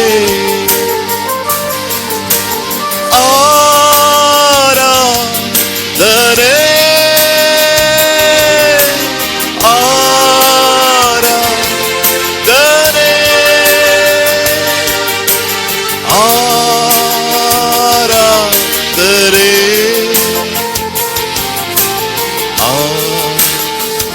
ಆರಾಧನೆ. ಪರಿಶುದ್ಧನೇ ಪರಿಶುದ್ಧನೇ ನಿನ್ನನ್ನಾರಾಧಿಸುವೆ, ಸರ್ವಶಕ್ತನೇ ಸರ್ವವ್ಯಾಪಿಯೇ ನಿನ್ನನ್ನಾರಾಧಿಸುವೆ. ಪರಿಶುದ್ಧನೇ ಪರಿಶುದ್ಧನೇ ನಿನ್ನನ್ನಾರಾಧಿಸುವೆ, ಸರ್ವಶಕ್ತನೇ ಸರ್ವವ್ಯಾಪಿಯೇ ನಿನ್ನನ್ನಾರಾಧಿಸುವೆ. ಎಲ್ಲ ಮಹಿಮೆ ಈ ಆರಾಧನೆ ಮೂಲಕವಾಗಿ ನಾವು ನಿನಗೆ ಸಲ್ಲಿಸ್ತೇವೆ. ನಿನಗೆ ಮಾತ್ರ ಮಹಿಮೆ ಆಗಲಿ ಅಪ್ಪ ತಂದೆ. ನಾವು ನಿನಗೆ ಸ್ತೋತ್ರ ಸಲ್ಲಿಸ್ತೇವೆ. ಪ್ರತಿಯೊಬ್ಬರು ನೀನು ಮುಟ್ಟಿದ್ದಕ್ಕಾಗಿ ಸ್ತೋತ್ರ. ಪ್ರಾರ್ಥನಾ ಭಾಗದಲ್ಲಿ ಮತ್ತು ವಾಕ್ಯ ಭಾಗದಲ್ಲಿ ನಮ್ಮನ್ನು ನಡೆಸು, ನಮ್ಮನ್ನು ಉಪಯೋಗಿಸು. ನಿನಗೆ ಮಾತ್ರ ಮಹಿಮೆ ಆಗಲಿಯಪ್ಪ. ಯೇಸು ಕ್ರಿಸ್ತನ ಹೆಸರಿನಲ್ಲಿ ನಮ್ಮ ಪ್ರಾರ್ಥನೆ ಕೇಳು ತಂದೆಯೇ, ಆಮೇನ್. ದೇವರ ನಾಮಕ್ಕೆ ಮಹಿಮೆ ಆಗಲಿ. ಈ ಒಂದು ರೀತಿಯಲ್ಲಿ ನಿಮ್ಮ ಮಧ್ಯದಲ್ಲಿ ಸೇವೆ ಮಾಡುವುದಕ್ಕೆ ದೇವರು ಕೊಟ್ಟಂತ ಈ ಕೃಪೆಗಾಗಿ ಸ್ತೋತ್ರ. ಸತ್ಯವೇದದಲ್ಲಿ ಬಹಳಷ್ಟು ಕಡೆ ನಾವು ನೋಡುವಂತ ವಿಷಯಗಳೇನೆಂದರೆ, ಎಲ್ಲೆಲ್ಲಿ ಸಮಸ್ಯೆಗಳು ಬಂತೋ ಅಲ್ಲಿ ಪ್ರಾರ್ಥನೆ ಮಾಡಿದಾಗ ದೇವರು ಉತ್ತರ ಕೊಟ್ಟಿದ್ದಾನೆ. ಬರುವಂತ ಪ್ರತಿಯೊಂದು ಸಮಸ್ಯೆಗಳಿಗೆ ಪ್ರಾರ್ಥನೆ ನಮಗೆ ಉತ್ತರ. ಬೇರೆ ಯಾವ ಮಾರ್ಗಗಳು ನಮಗಿಲ್ಲ. ಎಲ್ಲೆಲ್ಲಿ ಸಮಸ್ಯೆಗಳು ಬಂತೋ ಅಲ್ಲೆಲ್ಲಿ ಪ್ರಾರ್ಥನೆ ಮಾಡಿದಾಗ ದೇವರು ಉತ್ತರ ಕೊಟ್ಟರು. ದೇವರು ಒಂದು ಸಾರಿ ಸೊಲೊಮೋನನಿಗೆ ಕಾಣಿಸಿಕೊಂಡು ಒಂದು ಮಾತನ್ನ ದೇವರು ಹೇಳ್ತಾರೆ, ಏನಂದ್ರೆ ಅದು ನಮಗೆಲ್ಲರಿಗೂ ಗೊತ್ತಿರುವಂತಹ ವಿಚಾರಣೆ. 2 ಪೂರ್ವಕಾಲವೃತ್ತಾಂತ 7ನೇ ಅಧ್ಯಾಯದ ಅಲ್ಲಿ 14ನೇ ವಚನದಲ್ಲಿ ನಾವು ನೋಡಿದ ಹಾಗೆ, ನನ್ನವರೆಂದು ಹೆಸರುಗೊಂಡ ನನ್ನ ಪ್ರಜೆಗಳು ತಮ್ಮನ್ನು ತಗ್ಗಿಸಿಕೊಂಡು ತಮ್ಮ ಕೆಟ್ಟ ನಡತೆಯನ್ನು ಬಿಟ್ಟು ತಿರುಗಿಕೊಂಡು ನನ್ನನ್ನು ಪ್ರಾರ್ಥಿಸಿ ನನ್ನ ದರ್ಶನವನ್ನು ಬಯಸುವುದಾಗಿದ್ರೆ ನಾನು ಪರಲೋಕದಿಂದ ಲಾಲಿಸಿ ಅವರ ಪಾಪಗಳನ್ನು ಕ್ಷಮಿಸಿ ಅವರ ದೇಶದಲ್ಲಿ ಆರೋಗ್ಯವನ್ನು ದಯಪಾಲಿಸುವೆನು. ಇದು ನನ್ನ ವಾಕ್ಯ ಅಲ್ಲ, ಆದರೂ ನಾವು ಪ್ರಾರ್ಥನೆ ಮಾಡುವಂಥ ವಿಷಯ ಇದು. ಏನಂದ್ರೆ, ಯಾವಾಗ ದೇವರು ದೇಶಕ್ಕೆ ಆರೋಗ್ಯವನ್ನು ಕೊಡ್ತಾನೆ ಅಂದ್ರೆ ಆತನ ಕಡೆಗೆ ತಿರುಗಿಕೊಳ್ಳುವಾಗ, ಆತನ ಕಡೆಗೆ ತಿರುಗಿಕೊಂಡು ದರ್ಶನವನ್ನು ಬಯಸುವಾಗ ಮತ್ತು ತಮ್ಮ ಕೆಟ್ಟ ನಡತೆಯನ್ನ, ಇವತ್ತು ಎಲ್ಲೆಲ್ಲಿ ಪಾಪ ಹೆಚ್ಚಾಯಿತೋ ಅಲ್ಲಲ್ಲಿ ದೇವರು ಕೋಪದಿಂದವನಾಗಿ ಅನೇಕ ಕಡೆ ನೀವು ನೋಡುವಾಗ, ನೋಹನ ಕಾಲದಲ್ಲಿ ಪಾಪ ಹೆಚ್ಚಾದಾಗ ದೇವರು ಸಹಿಸಿಕೊಳ್ಳಿಕ್ಕಾಗದೆ ಮನುಷ್ಯನು ಅಂದುಕೊಂಡದೆಲ್ಲ ಆತನು ಕೆಟ್ಟದೆ ಅಂತ ತಿಳಿದುಕೊಂಡು ಅಳಿಸಿ ಬಿಡುವುದಕ್ಕೆ ತೀರ್ಮಾನ ಮಾಡಿದ. ಹೀಗೆ ನೋಡುವಾಗ ಪಶ್ಚಾತ್ತಾಪ ಆ ಜನರು ಪಡಲಿಲ್ಲ. ಒಂದು ವೇಳೆ ನಾವು ಪಶ್ಚಾತ್ತಾಪ ಪಡಲಿಲ್ಲ ಅಂದ್ರೆ ದೇವರೇ ಪಶ್ಚಾತ್ತಾಪ ಪಡ್ತಾನೆ. ದೇವರು ಒಂದು ವೇಳೆ ಪಶ್ಚಾತ್ತಾಪ ಪಟ್ರೆ ಅದನ್ನು ಯಾರು ನಿಲ್ಲಿಸ್ಲಿಕ್ಕೆ ಸಾಧ್ಯ ಇಲ್ಲ. ಇದನ್ನು ವೀಕ್ಷಿಸುವಂತವರೇ, ಯಾವಾಗ ನಾವು ದೇವರ ಸನ್ನಿಧಿಗೆ ಹೋಗಿ ಪಶ್ಚಾತ್ತಾಪ ಪಟ್ಟು ಆತನ ಕಡೆಗೆ ತಿರುಗಿಕೊಳ್ತೇವೋ, ನಮ್ಮ ಕೆಟ್ಟ ನಡತನ ಬಿಟ್ಟು ಆತನ ಕಡೆಗೆ ತಿರುಗಿಕೊಳ್ಳುವಾಗ ದೇವರು ನಮ್ಮ ಪ್ರಾರ್ಥನೆಯನ್ನು ಕೇಳಿ ದೇಶಕ್ಕೆ ಆರೋಗ್ಯವನ್ನ, ಪಟ್ಟಣಕ್ಕೆ ಆರೋಗ್ಯವನ್ನ, ಕುಟುಂಬಗಳಿಗೆ ಆರೋಗ್ಯವನ್ನ ದೇವರು ದಯಪಾಲಿಸ್ತಾನೆ. ಯಾವಾಗಂದ್ರೆ ನಾವು ಪ್ರಾರ್ಥಿಸುವುದಾದ್ರೆ. ಇಲ್ಲಿ ಬಹಳ ಪ್ರಾಮುಖ್ಯ ಪ್ರಾರ್ಥನೆ, ಇಂಟರ್ಸೆಷನ್. ಪ್ರಾರ್ಥನೆ ಮಾಡುವಂತ ವ್ಯಕ್ತಿಗಳು ಎಲ್ಲೂ ಕಾಣೋದಿಲ್ಲ, ಆದ್ರೆ ಯಾವ ವ್ಯಕ್ತಿ ಪ್ರಾರ್ಥನೆ ಮಾಡ್ತಾನೋ ಅವನು ದೇಶವನ್ನೇ ರಕ್ಷಿಸ್ತಾನೆ, ಪಟ್ಟಣವನ್ನೇ ರಕ್ಷಿಸ್ತಾನೆ. ನಿನ್ನ ಮರೆಯಾಗಿ ಮಾಡಿದಂತ ಪ್ರಾರ್ಥನೆ ಯಾರು ನೋಡ್ಲಿಕ್ಕೆ ಸಾಧ್ಯ ಇಲ್ಲ. ಎಷ್ಟೋ ಸಾರಿ ಮನೆಯಲ್ಲಿ ಒಳಗಿನ ಕೋಣೆಯಲ್ಲಿ ಇಟ್ಕೊಂಡು ಪ್ರಾರ್ಥನೆ ಮಾಡಿದಾಗ ಯಾರು ಗಮನಿಸ್ಲಿಕ್ಕಿಲ್ಲ. ಅಂತ ಎಷ್ಟೋ ಜನರ ಪ್ರಾರ್ಥನೆ ಎಷ್ಟೋ ಜಯವನ್ನು ತಂದಿದೆ. ಅದಕ್ಕೆ ಎಷ್ಟೋ ಉದಾಹರಣೆಗಳು ಭಕ್ತರಿಂದ ನಮಗೆ ಸಿಕ್ಕಿದೆ. ಬೈಬಲ್ ಹೇಳ್ತಿದೆ, ಎಲ್ಲಿಯೂ ನಮ್ಮಂತ ಸ್ವಭಾವವುಳ್ಳವನಾಗಿದ್ದನು, ಆತ ಮಳೆ ಬರಬಾರದೆಂದು ಪ್ರಾರ್ಥಿಸಿದಾಗ ಮಳೆ ಬರಲಿಲ್ಲ. ಯಾಕಂದ್ರೆ ಆತನ ಪ್ರಾರ್ಥನೆ ವ್ಯಕ್ತಿ. ನಮ್ಮಂತ ಸ್ವಭಾವವುಳ್ಳವನು ಆದರೆ ಪ್ರಾರ್ಥನೆ ವ್ಯಕ್ತಿ. ಯಾವಾಗ ಪ್ರಾರ್ಥನೆ ಮಾಡ್ತೇವೋ ನಾವು ದೇಶಕ್ಕೆ ಆರೋಗ್ಯವನ್ನ ದೇವರು ಅದನ್ನು ನೋಡಿ ನಮ್ಮ ಪ್ರಾರ್ಥನೆಗಳಿಗೆ ಉತ್ತರವನ್ನು ಕೊಡ್ತಾನೆ. ಇದನ್ನು ವೀಕ್ಷಿಸುವಂತವರೇ, ಯಾವಾಗ ಕರ್ತನ ಕಡೆಗೆ ತಿರುಗಿಕೊಂಡು ನಾವು ಪ್ರಾರ್ಥನೆ ಮಾಡ್ತೀವೋ, ಇವತ್ತು ನಾವು ಕರ್ತನ ಕಡೆಗೆ ತಿರುಗಿಕೊಂಡು ನಾವು ಆತನ ದರ್ಶನವನ್ನು ಬಯಸಿ ಆತನೊಟ್ಟಿಗೆ ಸಮಯ ಕಳೆಯುವಾಗ ದೇವರು ನಮ್ಮ ಪ್ರಾರ್ಥನೆಯನ್ನು ಕೇಳಿ ದೇಶಕ್ಕೆ ಆರೋಗ್ಯವನ್ನು ಕೊಡ್ತಾನೆ. ಆರೋಗ್ಯ ದಯಪಾಲಿಸುವನೆಂಬುದಾಗಿ ಹೇಳಿದ ಮೇಲೆ ದೇವರು ಮಾತು ಕೊಟ್ಟ ಮೇಲೆ ಅದನ್ನು ನೆರವೇರಿಸ್ತಾನೆ. ಯಾಕೆಂದ್ರೆ ಆತನು ಹೇಳಿದ ಮೇಲೆ ಆತನು ಮಾಡೇ ಮಾಡ್ತಾನೆ. ನಿನವೆ ಪಟ್ಟಣದವರು ಯಾವಾಗ ದೇವರಿಂದ ಕೋಪ ಬಂದಿದೆ ಅಂತ ಗೊತ್ತಾದಾಗ ಅವ್ರು ತಮ್ಮನ್ನು ತಗ್ಗಿಸಿಕೊಂಡು ಉಪವಾಸವಿದ್ದು ಎಲ್ಲ ಪ್ರಾಣಿ ಪಕ್ಷಿಗಳು ಚಿಕ್ಕವರಿಂದ ದೊಡ್ಡವರ ತನಕ ರಾಜರ ತನಕ ಉಪವಾಸವಿದ್ದು ಪ್ರಾರ್ಥನೆ ಮಾಡಿದಾಗ ದೇವರು ಅಲ್ಲಿ ಮಾಡಬೇಕೆಂದಿರಂತ ಕೇಡನ್ನು ಆತನು ಮಾಡದೆ ದೇವರು ಅಲ್ಲಿ ಒಂದು ಅದ್ಭುತವನ್ನ ಮಾಡಿದಾಗ ದೇವರು ಎಂತದನ್ನ ಬೇಕಾದ್ರೂ ಕೂಡ ಆತನು ಮಾಡಬಹುದು. ಪ್ರಾರ್ಥನೆಗೆ ಅಂತ ಶಕ್ತಿ ಇದೆ. ಒಂದು ಸೇರಿ ನಾವು ಮಾಡಿದಂತ ಪ್ರಾರ್ಥನೆ, ನಾವೆಲ್ಲರೂ ಒಟ್ಟಾಗಿ ಸೇರಿ ಮಾಡುವಂತಹ ಪ್ರಾರ್ಥನೆ, ಈ ಒಂದು ಚಾನಲ್ ಮೂಲಕವಾಗಿ ಎಷ್ಟೋ ನಾನು ನೋಡುವ ಹಾಗೆ ಎಷ್ಟೋ ಜನರು ಒಟ್ಟಾಗಿ ಈ ದಿನ 12 ತಾಸು ಪ್ರಾರ್ಥನೆ ಮಾಡಿ ಅವರು ದೇಶಕ್ಕಾಗಿ ಪಟ್ಟಣಕ್ಕಾಗಿ ಪ್ರಾರ್ಥನೆ ಮಾಡ್ತಾರೆ. ಎಷ್ಟು ದೊಡ್ಡ ಭಾರ ಅಲ್ವಾ? ಈ ಪ್ರಾರ್ಥನೆ ಮಾಡುವಂತ ವ್ಯಕ್ತಿಗಳನ್ನ ದೇವರು ಎಂದಿಗೂ ಕೈ ಬಿಡಲ್ಲ. ದೇವರು ಅವರನ್ನು ಅಭಿವೃದ್ಧಿ ಪಡಿಸ್ತಾನೆ. ಖಂಡಿತವಾಗಿಯೂ ದೇವರು ನಿಮ್ಮನ್ನು ಅಭಿವೃದ್ಧಿ ಪಡಿಸ್ತಾನೆ. ಪ್ರಾರ್ಥನೆ ನಿಲ್ಲಿಸಬೇಡ್ರಿ. ಪ್ರಾರ್ಥನೆ ಮಾಡೋದನ್ನ ನಾವು ತಪ್ಪಿಸೋದು ಬೇಡ. ಯಾವಾಗ ನಾವು ಆತನ ಕಡೆಗೆ ತಿರುಗಿಕೊಳ್ತೇವೋ ದೇವರು ಕನಿಕರದಿಂದ ನೋಡಿ, ದೇವರು ಅವರ ಕೂಗನ್ನ ಕೇಳಿ, ನಮ್ಮೆಲ್ಲರ ಕೂಗನ್ನ ಕೇಳಿ ದೇವರು ಕನಿಕರದಿಂದ ದೇಶಕ್ಕೆ ಆರೋಗ್ಯವನ್ನು ದಯಪಾಲಿಸ್ತಾನೆ. ಮತ್ತು ಇನ್ನೊಂದು ಕಡೆ ನೋಡುವಾಗ ಅಂತ್ಯಕಾಲದ ಇದು ನೂತನ ಕಾಲ ಹುಟ್ಟುವ ಅಥವಾ ಪ್ರಸವ ವೇದನೆಯ ಪ್ರಾರಂಭ ಈಗ ಆಗ್ತದೆ ಎಂಬುದಾಗಿದೆ. ಆದ್ರೆ ಅದರಿಂದ ನಾವು ತಪ್ಪಿಸಿಕೊಳ್ಳೋದಕ್ಕೆ ಕಡೆಯವರೆಗೂ ತಾಳುವವನು ರಕ್ಷಣೆ ಹೊಂದುವನಂತ ದೇವರ ವಾಕ್ಯ ಬರೆಯಲ್ಪಟ್ಟಿದೆ. ಇದೆಲ್ಲ ವಿಚಾರಗಳನ್ನು ನೋಡುವಾಗ ನಾವು ದೇವರ ಚಿತ್ತಕ್ಕೆ ಒಳಪಡಬೇಕಾಗಿದೆ. ನಾವು ಯಾವಾಗ ದೇವರ ಚಿತ್ತಕ್ಕೆ ಒಳಪಟ್ಟು ನಾವು ಪ್ರಾರ್ಥನೆ ಮಾಡ್ತೇವೆ, ಇಷ್ಟೇ ನಮ್ಮ ಪ್ರಾರ್ಥನೆ ಆಗಿರ್ಬೇಕು. ದೇವರೇ, ನಿನ್ನ ಚಿತ್ತ ಏನು? ಅದ್ರಲ್ಲಿ ಏನಿದೆ ಸ್ವಾಮಿ? ನಾವು ನಿನ್ನ ಕಡೆಗೆ ತಿರುಗಿಕೊಳ್ಬೇಕು. ನಾವು ನಿನ್ನ ಕರ್ತನೆ ನಿನ್ನ ಕಡೆಗೆ ತಿರುಗಿಕೊಂಡಾಗ ದೇಶಕ್ಕೆ ನೀನು ಆರೋಗ್ಯ ಕೊಡ್ತೀವಿ. ಅಷ್ಟು ಮಾತ್ರವಲ್ಲ, ನಮಗೆ ಕಡೆಯವರೆಗೂ ತಾಳಿಕೊಳ್ಳುವಂತ ನಮಗೆ ಸಹಾಯವನ್ನು ಕೊಡುವುದಾಗಿ ಕೇಳಿಕೊಳ್ಳುವಾಗ ದೇವರು ಸಹಾಯ ಕೊಡ್ತಾನೆ.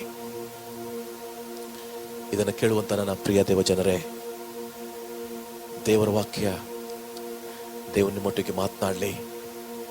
ಈ ಒಂದು ವಿಷಯಕ್ಕಾಗಿ ಬಂದ್ರೆ ನಾವೆಲ್ಲರೂ ಪ್ರಾರ್ಥನೆ ಮಾಡೋಣ. ಆತನ ಕಡೆಗೆ ತಿರುಗಿಕೊಳ್ಳೋಣ. ಕರ್ತನ ಕಡೆಗೆ ತಿರುಗಿಕೊಳ್ಳುವಾಗ ದೇವರು ನಮ್ಮ ವಿಜ್ಞಾಪನೆಯನ್ನು ಕೇಳಿ, ದೇವರು ನಮ್ಮ ಮೊರೆಯನ್ನು ಕೇಳಿ ದೇಶಕ್ಕೆ ಆರೋಗ್ಯವನ್ನು ದಯಪಾಲಿಸಲಿ. ಇದಕ್ಕೆಲ್ಲದಕ್ಕಿಂತ ಮೆಡಿಷನ್ ದೇವರ ವಾಕ್ಯನೇ. ಲೋಕದ ಜನರು ಸಮಸ್ಯೆ ಬಂದಾಗ ಮೆಡಿಸಿನ್ ಹುಡುಕಿದ್ದಾರೆ, ಆದ್ರೆ ಯೇಸು ಸ್ವಾಮಿ ತಂದೆ ಆಗಿರುವ ದೇವರು ಆತನು ಇದು ಬರುವುದಕ್ಕಿಂತ ಮೊದಲೇ ಸಮಸ್ತ ರೋಗಗಳನ್ನು ವಾಸಿ ಮಾಡುವ ದೇವರು ಎಂಬುದಾಗಿ ಆತನು ಹೇಳ್ಬಿಟ್ಟಿದ್ದಾನೆ. ಸಮಸ್ತ ರೋಗಗಳನ್ನು ವಾಸಿ, ಏನೇ ಕಾಯಿಲೆ ಬರಲಿ, ಮುಂದೆಂತ ಸಮಸ್ಯೆ ಬರಲಿ, ಆತನ ಮೂಲಕವಾಗಿ ನಮಗೆ ಬಿಡುಗಡೆ ಉಂಟು. ಆತನ ಬಾಸುಂಡೆಯಿಂದ ನಮಗೆ ಬಿಡುಗಡೆ ಆಯಿತು. ಹಾಗಾಗಿ ನಾವು ನಂಬೋಣ, ನಾವು ಅರಿಕೆ ಮಾಡೋಣ, ನಮಗೆ ಸ್ವಸ್ಥತೆ ಇದೆ ಯೇಸುವಿನಲ್ಲಿ. Thank you Jesus.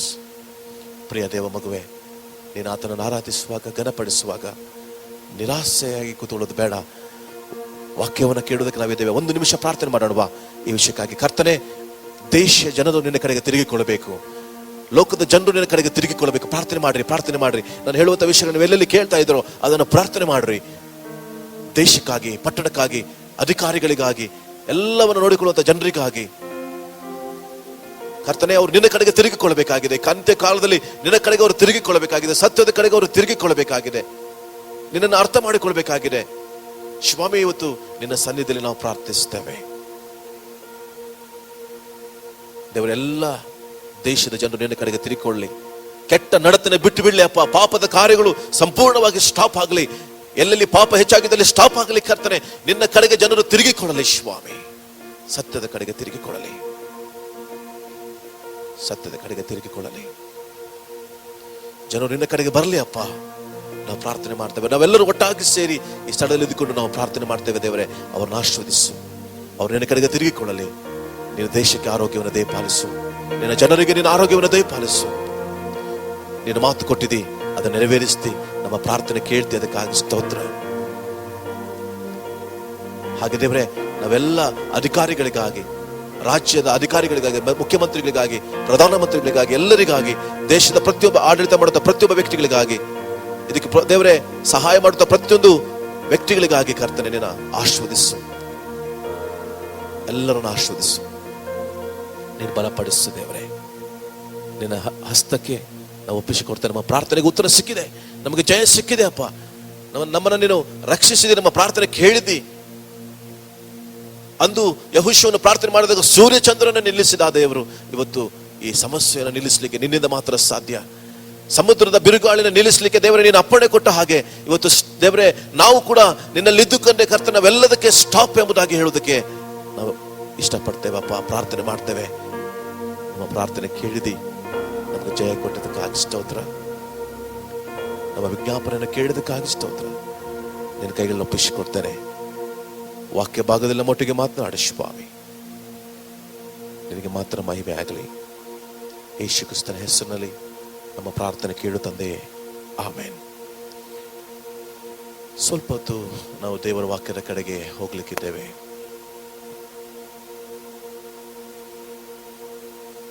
ನಾವು ಈಗ ತಾನೇ ಒಂದು ಮಾತನ್ನು ಕೇಳಿಕೊಂಡವು. ಅಲ್ಲಿ ಯಾಕೋಬ ಆತನು ಹೇಳ್ತಾನೆ, ಎಲಿಯನು ನಮ್ಮಂಥ ಸ್ವಭಾವವುಳ್ಳವನು ಎಂಬುದಾಗಿ ವಾಕ್ಯ ಬರೆಯಲ್ಪಟ್ಟಿದೆ. ಆ ವಾಕ್ಯವನ್ನು ನೋಡಿ ನಾವು ದೇವರ ವಾಕ್ಯದ ಕಡೆಗೆ ಹೋಗ್ಲಿಕ್ಕಿದ್ದೇವೆ. ನಾವೆಲ್ಲರೂ ನಮ್ಮ ಸತ್ಯವೇದವನ್ನು ಯಾಕೋಬನು ಬರೆದಂಥ ಒಂದು ಬುಕ್ನಲ್ಲಿ 5ನೇ ಅಧ್ಯಾಯ 13ನೇ ವಚನದಿಂದ 18ನೇ ವಚನದವರೆಗೂ ನೋಡೋಣ. ನಿಮ್ಮಲ್ಲಿ ಬಾಧೆ ಪಡುವವನಿದ್ದಾನೋ ಅವನು ದೇವರನ್ನು ಪ್ರಾರ್ಥಿಸಲಿ. ನಿಮ್ಮಲ್ಲಿ ಸಂತೋಷ ಪಡುವವನಿದ್ದಾನೋ ಅವನು ಕೀರ್ತನೆ ಹಾಡಲಿ. ನಿಮ್ಮಲ್ಲಿ ಅಸ್ವಸ್ಥನಾಗಿರೋನಿದ್ದಾನೋ ಅವನು ಸಭೆಯ ಹಿರಿಯರನ್ನು ಕರೆಕಳಿಸಲಿ. ಅವನು ಕರ್ತನ ಹೆಸರಿನಿಂದ ಅವನಿಗೆ ಎಣ್ಣೆ ಹಚ್ಚಿ ಅವನಿಗೋಸ್ಕರವಾಗಿ ದೇವರನ್ನು ಪ್ರಾರ್ಥಿಸಲಿ. ನಂಬಿಕೆಯಿಂದ ಮಾಡಿದ ಪ್ರಾರ್ಥನೆಯು ರೋಗಿಯನ್ನು ರಕ್ಷಿಸುವುದು. ಕರ್ತನು ಅವನನ್ನು ಎಬ್ಬಿಸುವನು ಮತ್ತು ಪಾಪ ಮಾಡಿದವನಾಗಿದ್ದರೆ ಅದು ಪರಿಹಾರವಾಗುವುದು. ಹೀಗಿರಲು ನೀವು ಸ್ವಸ್ಥವಾಗಬೇಕಾದರೆ ನಿಮ್ಮ ಪಾಪಗಳನ್ನು ಒಬ್ಬರಿಗೊಬ್ಬರು ಅರಿಕೆ ಮಾಡಿ ಒಬ್ಬರಿಗೋಸ್ಕರ ಒಬ್ಬರು ದೇವರನ್ನ ಪ್ರಾರ್ಥಿಸಿರಿ. ನೀತಿವಂತನ ಅತ್ಯಾಸಕ್ತಿಯುಳ್ಳ ವಿಜ್ಞಾಪನೆಯು ಬಹು ಬಲವದ್ದಾಗಿದೆ. ಎಲಿಯನು ನಮ್ಮಂತ ಸ್ವಭಾವವುಳ್ಳವನಾಗಿದ್ದನು. ಅವನು ಮಳೆ ಬರಬಾರದೆಂದು ಪ್ರಾರ್ಥಿಸಲು 3 ವರ್ಷ 6 ತಿಂಗಳು ಮಳೆ ಬೀಳಲಿಲ್ಲ. ಅವನು ತಿರುಗಿ ಪ್ರಾರ್ಥನೆ ಮಾಡಲು ಆಕಾಶವು ಮಳೆಗರೆಯಿತು, ಭೂಮಿಯು ಬೆಳೆಯಿತು ಎಂಬುದಾಗಿ ದೇವರ ವಾಕ್ಯ ಹೇಳ್ತದೆ. ಇಲ್ಲಿ ನೀತಿವಂತನ ಅತ್ಯಾಸಕ್ತಿಯುಳ್ಳ ವಿಜ್ಞಾಪನೆ ಎಂಬುದಾಗಿ ಹೇಳ್ತಾನೆ. ನಾವು ಎಲ್ಲವನ್ನ ಒಂದಾಗಿ ತೆಗೆದುಕೊಳ್ಳೋದು ಬೇಡ. ಇಲ್ಲಿ ಹೇಳುವಂತಹ ತಿಮೋತಿಯನ ಒಂದು ಪೌಲನು ತಿಮೋತಿಗೆ ಬರುವಾಗ 2ನೇ ಅಧ್ಯಾಯದಲ್ಲಿ ಆತನು ಹೇಳ್ತಾನೆ ಏನಂದ್ರೆ, ಎಲ್ಲದಕ್ಕಿಂತ ಮೊದಲು ಮನುಷ್ಯರಲ್ಲಿಗೋಸ್ಕರ ವಿಜ್ಞಾಪನೆ, ಪ್ರಾರ್ಥನೆ, ಮನವಿ, ಕೃತಜ್ಞತಾ ಸ್ತುತಿ ಮಾಡಬೇಕೆಂದು ನಿಮಗೆ ಬೋಧಿಸುತ್ತೇನೆ ಅಂತ ಹೇಳ್ತಾನೆ. ಇಲ್ಲಿ 4 ರೀತಿಯಾಗಿ ಆತನು ಹೇಳ್ತಾನೆ ನೋಡ್ರಿ. ಎಲ್ಲಾ ಮನುಷ್ಯರಿಗೋಸ್ಕರ ನೀನು ದೇವರಿಗೆ ಹೇಗೆ ಪ್ರಾರ್ಥನೆ ಮಾಡಬೇಕಂದ್ರೆ ವಿಜ್ಞಾಪನೆ, ಪ್ರಾರ್ಥನೆ, ಮನವಿ ಮತ್ತು ಕೃತಜ್ಞತಾ ಸ್ತುತಿ ಮಾಡಬೇಕೆಂದು ಬೋಧಿಸುತ್ತೇನೆ. ಅಂದ್ರೆ ನಾವು ಮಾಡುವಂತ ಪ್ರಾರ್ಥನೆಯಲ್ಲಿ ಬಹಳ ಪ್ರಾಮುಖ್ಯ ಅಲ್ಲಿ ಹೇಳಿದ ಹಾಗೆ ನೀತಿವಂತನ ಅತ್ಯಾಸಕ್ತಿಯುಳ್ಳ ವಿಜ್ಞಾಪನೆ ಎಂಬುದಾಗಿ. ಇಲ್ಲಿ ತಿಮೋಥನಿಗೆ ಪೌಲನು ಹೇಳುವಾಗ ಕೂಡ ಆತನು ಅದೇ ಹೇಳ್ತಾನೆ, ವಿಜ್ಞಾಪನೆ ಎಂಬುದಾಗಿ ಹೇಳ್ತಾನೆ. ಹಾಗಾದ್ರೆ ವಿಜ್ಞಾಪನೆ ಬೇರೆ, ಪ್ರಾರ್ಥನೆ ಬೇರೆ, ಮನವಿ ಬೇರೆ, ಕೃತಜ್ಞತಾ ಸ್ತುತಿ ಬೇರೆ. ಇದು ಪ್ರಾರ್ಥನೆಯಲ್ಲಿಯೇ ಇರುವಂತ 4 ರೀತಿಯಾದಂತಹ ವಿಧಗಳು. ನಾವು ಪ್ರಾರ್ಥನೆ ಮಾಡ್ತೇವೆ, ವಿಜ್ಞಾಪನೆ ಯಾವುದಂತ ನಮಗೆ ಗೊತ್ತಿರಬೇಕು, ಪ್ರಾರ್ಥನೆ ಕಾರ್ಯಗಳು ಯಾವುದಂತ ಗೊತ್ತಿರಬೇಕು, ಮನವಿ ಯಾವುದಂತ ಗೊತ್ತಿರಬೇಕು, ಮತ್ತು ಕೃತಜ್ಞತಾ ಸ್ತುತಿ ಯಾವುದಂತ ಗೊತ್ತಿರಬೇಕು. ಈಗ ವಿಜ್ಞಾಪನೆ ಅಂದ್ರೆ ಮಧ್ಯದಲ್ಲಿ ನಿಂತುಕೊಂಡು ಬಿಡೋದು. ಅಂದ್ರೆ ದೇವರಿಗೂ ಸಮಸ್ಯೆಗಳ ಇರುವಂತಹ ಜನರ ಮಧ್ಯಕ್ಕೂ ದೇಶಗಳ ನಡುವೆ ನಿಂತುಕೊಳ್ಳುವಂಥದ್ದೇ ವಿಜ್ಞಾಪನೆ. ನಡುವೆ ನಿಂತುಕೊಂಡು ಅವರಿಗಾಗಿ ಗೋಳಾಡುವಂಥದ್ದೇ ವಿಜ್ಞಾಪನೆ. ಇದು ಎಲಿಯನ ಒಂದು ಸ್ವಭಾವ. ನಾವು ಪ್ರಾರ್ಥನೆ ಮಾಡ್ತೇವೆ, ಆದರೆ ವಿಜ್ಞಾಪನೆ ಮಾಡೋದು ನಾವು ಒಬ್ಬರಿಗೋಸ್ಕರ ಅವ್ರ ಉತ್ತರ ಸಿಗುವವರೆಗೂ ನಮ್ಮ ಜೀವಿತದಲ್ಲಿ ಏನಾದರೂ ಒಂದು ಕಾರ್ಯವನ್ನು ಮಾಡುವಂಥದ್ದೇ ಅದು ವಿಜ್ಞಾಪನೆ ಆಗಿದೆ. ಇಲ್ಲಿ ಮನವಿ ಬೇರೆ. ಹೋಗಿ ದೇವರಿಗೆ ನಮ್ಮ ಮನವಿಗಳನ್ನು ಕೊಡು. ದೇವರೇ ಈ ಸ್ಥಿತಿ ಇದೆ, ನಮ್ಮ ಪರಿಸ್ಥಿತಿ, ನಾವು ಮನವಿಗಳನ್ನು ಕೊಡುವಂಥದ್ದು. ಹೀಗೆ ಎಲಿಯನ ಒಂದು ವಿಷಯವನ್ನ ನಾವು ತಿಳಿಲಿಕ್ಕೆ ಹೋಗ್ತೇವೆ. ಅಂದರೆ ಆತನು ಯಾವ ರೀತಿ ವಿಜ್ಞಾಪನೆ ಮಾಡೋದ್ರಲ್ಲಿ ಆತನು ಯಥಾರ್ಥನಾಗಿದ್ದ. ಯಾಕೆ ಆತನ ಪ್ರಾರ್ಥನೆ ಒಂದು ಬಲವಾದ ಒಂದು ವಿಜ್ಞಾಪನೆ ಎಷ್ಟು ಸ್ಟ್ರಾಂಗ್ ಆಗಿತ್ತು ಅಂದರೆ, ಅವನು ಪ್ರಾರ್ಥನೆ ಮಾಡಿದರೆ, ವಿಜ್ಞಾಪನೆ ಮಾಡಿದರೆ ಸಾಕಾಗಿತ್ತು, ಮಳೆ ನಿಲ್ತಾ ಇತ್ತು, ಮಳೆ ಬಾ ಅಂದ್ರೆ ಬರ್ತಾ ಇತ್ತು. ಅಂದ್ರೆ ಇಷ್ಟು ಅಧಿಕಾರದಿಂದ ಆತನು ಪ್ರಾರ್ಥನೆ ಮಾಡುವಂತ ವ್ಯಕ್ತಿಯಾಗಿದ್ದ. ಪ್ರಿಯ ದೇವ ಜನರೇ, ಇವತ್ತು ವಾಕ್ಯವನ್ನು ಕೇಳ್ತಾ ಇದ್ರಿ. 17ನೇ ಅಧ್ಯಾಯದಲ್ಲಿ 1 ಅರಸುಗಳು, 1 ಕಿಂಗ್ಸ್ 17th ಚಾಪ್ಟರ್ ಒಬ್ಬ ವ್ಯಕ್ತಿ ಅಲ್ಲಿ ಕಾಣಿಸಲ್ಪಡ್ತಾನೆ. ಗಿಲ್ಯಾದಿನ ಪ್ರವಾಸಿಗಳಲ್ಲಿ ತಿಷ್ಬಿಯನಾದ ಎಲಿಯ ಎಂಬುವನು ಅಹಾಬನಿಗೆ, ನಾನು ಸನ್ನಿಧಿ ಸೇವೆ ಮಾಡುತ್ತಿರುವ ಇಸ್ರಾಯೇಲ್ ದೇವರಾದ ಯೆಹೋವನಾಣೆ, ನಾನು ಸೂಚಿಸಿದ ಹೊರತು ಇಂದಿನಿಂದ ಮಳೆಯಾಗಲಿ ಮಂಜಾಗಲಿ ಬೀಳುವುದಿಲ್ಲ ಎಂದು ಹೇಳಿದನು. ಯಾಕೆ ಮಳೆಯಾಗಲಿ ಮಂಜಾಗಲಿ ಬೀಳುವುದಿಲ್ಲ ಎಂಬುದಾಗಿ ಎಲಿಯನು ಹೇಳ್ತಾ ಇದ್ದಾನೆ. ಈತನು ಗಿಲ್ಯಾದಿನ ಪ್ರವಾಸಿ. ಅಂದ್ರೆ ಎಲ್ಲಿ ಯಾಕೋಬನು ಮತ್ತು ತನ್ನ ಮಾವನು ಲಾಬಾನನು ಭೇಟಿಯಾದಂಥ ಸ್ಥಳಕ್ಕೆ ನೋವನ್ನು ನಿವಾರಿಸಿ, ಅದು ಗಿಲ್ಯಾದಿನ ಬಾಂಬ್ ಎಂಬುದಾಗಿ, ಅಥವಾ ನೋವು ನಿವಾರಿಸುವಂಥ ಸ್ಥಳದಲ್ಲಿ, ಆ ಗಿಲ್ಯಾದಿನ ಸ್ಥಳದಿಂದ ಈತನು ಪ್ರವಾಸಿಯಾಗಿ ಬಂದಿದ್ದಾನೆ. ಈತನಿಗೆ ಒಂದು ಹೆಸರು ಕೊಡಲ್ಪಟ್ಟಿದೆ, ಎಲಿಯ ಎಂಬುದಾಗಿ. ಅನ್ನೋದಕ್ಕಿಂತ ಮೊದಲು ತಿಷ್ಬಿಯನಾದ ಎಲಿಯನು ಅಂತ ಬರೆಯಲ್ಪಟ್ಟಿದೆ. ಅಂದ್ರೆ ಯಾಕೆ ಆತನಿಗೆ ತಿಷ್ಬಿಯ ಎಂಬುದಾಗಿ ಕೊಡಲ್ಪಟ್ಟಿತ್ತು ಅಂದ್ರೆ, ಈತನ ಕುಟುಂಬ ಒಂದು ಪ್ರವಾಸಿಗಳ ಕುಟುಂಬ.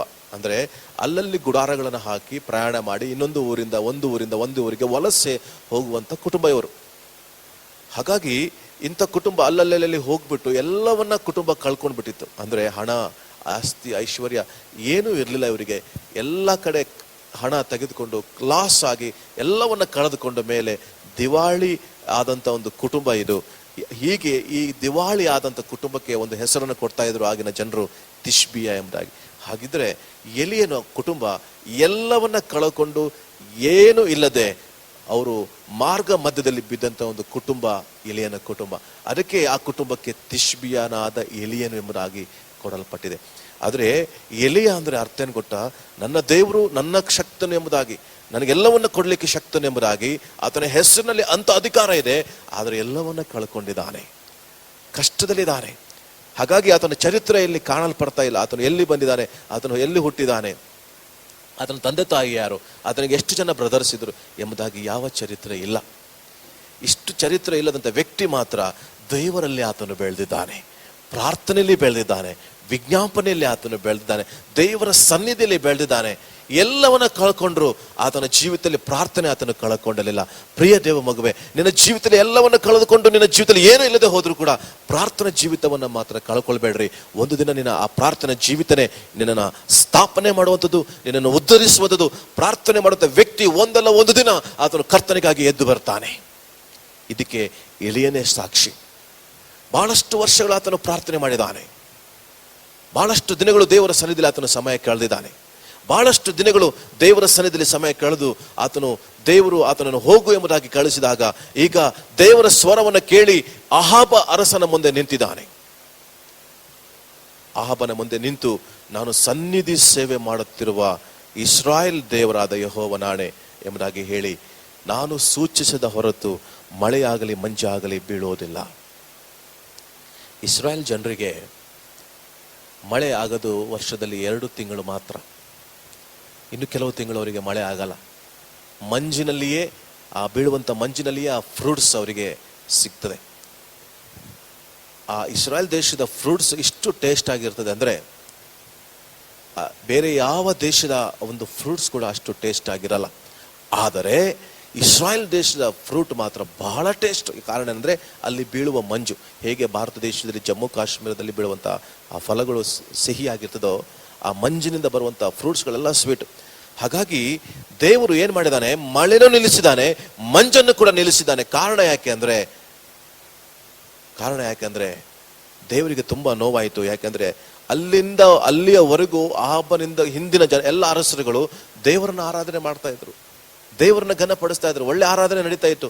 ಯಾವಾಗ ಆಹಾಬನು ಯಾರನ್ನ ಮದುವೆ ಆಗಿದ್ದಾನಂತ ಹೇಳಿದ್ರೆ 16ನೇ ಅಧ್ಯಾಯದ 31ನೇ ವಚನದಲ್ಲಿ, ಇವನು ನೇಬಾಟನ ಮಗನಾದ ಯಾರೊಬ್ಬಾಮನ ಮಾರ್ಗದಲ್ಲಿ ನಡೆಯುವುದನ್ನು ಅಲ್ಪ ಪಾಪವೆಂದು ತಿಳಿದವನು ಎಂಬಂತೆ ಚಿದೋನ್ಯರ ಅರಸನಾದ ಎತ್ಬಾಳನ ಮಗಳು ಎಜಬೇಲ್ ಎಂಬಾಕೆಯನ್ನ ಮದುವೆ ಮಾಡಿಕೊಂಡನು, ಬಾಳ್ ದೇವತೆಯನ್ನ ಪೂಜಿಸತೊಡಗಿದನು ಎಂಬುದಾಗಿದೆ. ಬಾಳ್ ದೇವತೆಯನ್ನ ಪೂಜೆ ಮಾಡೋದಕ್ಕೆ ಆತನು ತೊಡಗಿದ್ದಾನೆ. ಇದು ದೇವರಿಗೆ ಇಷ್ಟ ಆಗಲಿಲ್ಲ. ಆದರೆ ಬಾಳ್ ದೇವತೆಯ ಒಂದು ಸ್ಪೆಷಾಲಿಟಿ ಏನಂತ ಅವರು ನಂಬ್ತಾ ಇದ್ರು ಅಂದ್ರೆ, ಬಾಳ್ ದೇವತೆ ಹತ್ರ ಪ್ರಾರ್ಥನೆ ಮಾಡಿದ್ರೆ ಮಳೆ ಯಾವಾಗಲೂ ಬರುತ್ತೆ. ಯಾಕಂದ್ರೆ ಇವಳು ಸ್ಪೆಷಲಿಸ್ಟ್, ಅದಕ್ಕೆ ಅಂತ ಅವರು ನಂಬಿದ್ರು. ಈಗ ಇವರು ನಂಬಿದ್ದಾರೆ, ಯಾಕೆ? ಮಳೆ ಬರುವುದಕ್ಕಾಗಿಯೇ ಇವರು ಈ ದೇವತೆ ನಂಬಿದ್ದಾರೆ ಎಂಬುದಾಗಿ ತಿಳಿದುಕೊಂಡು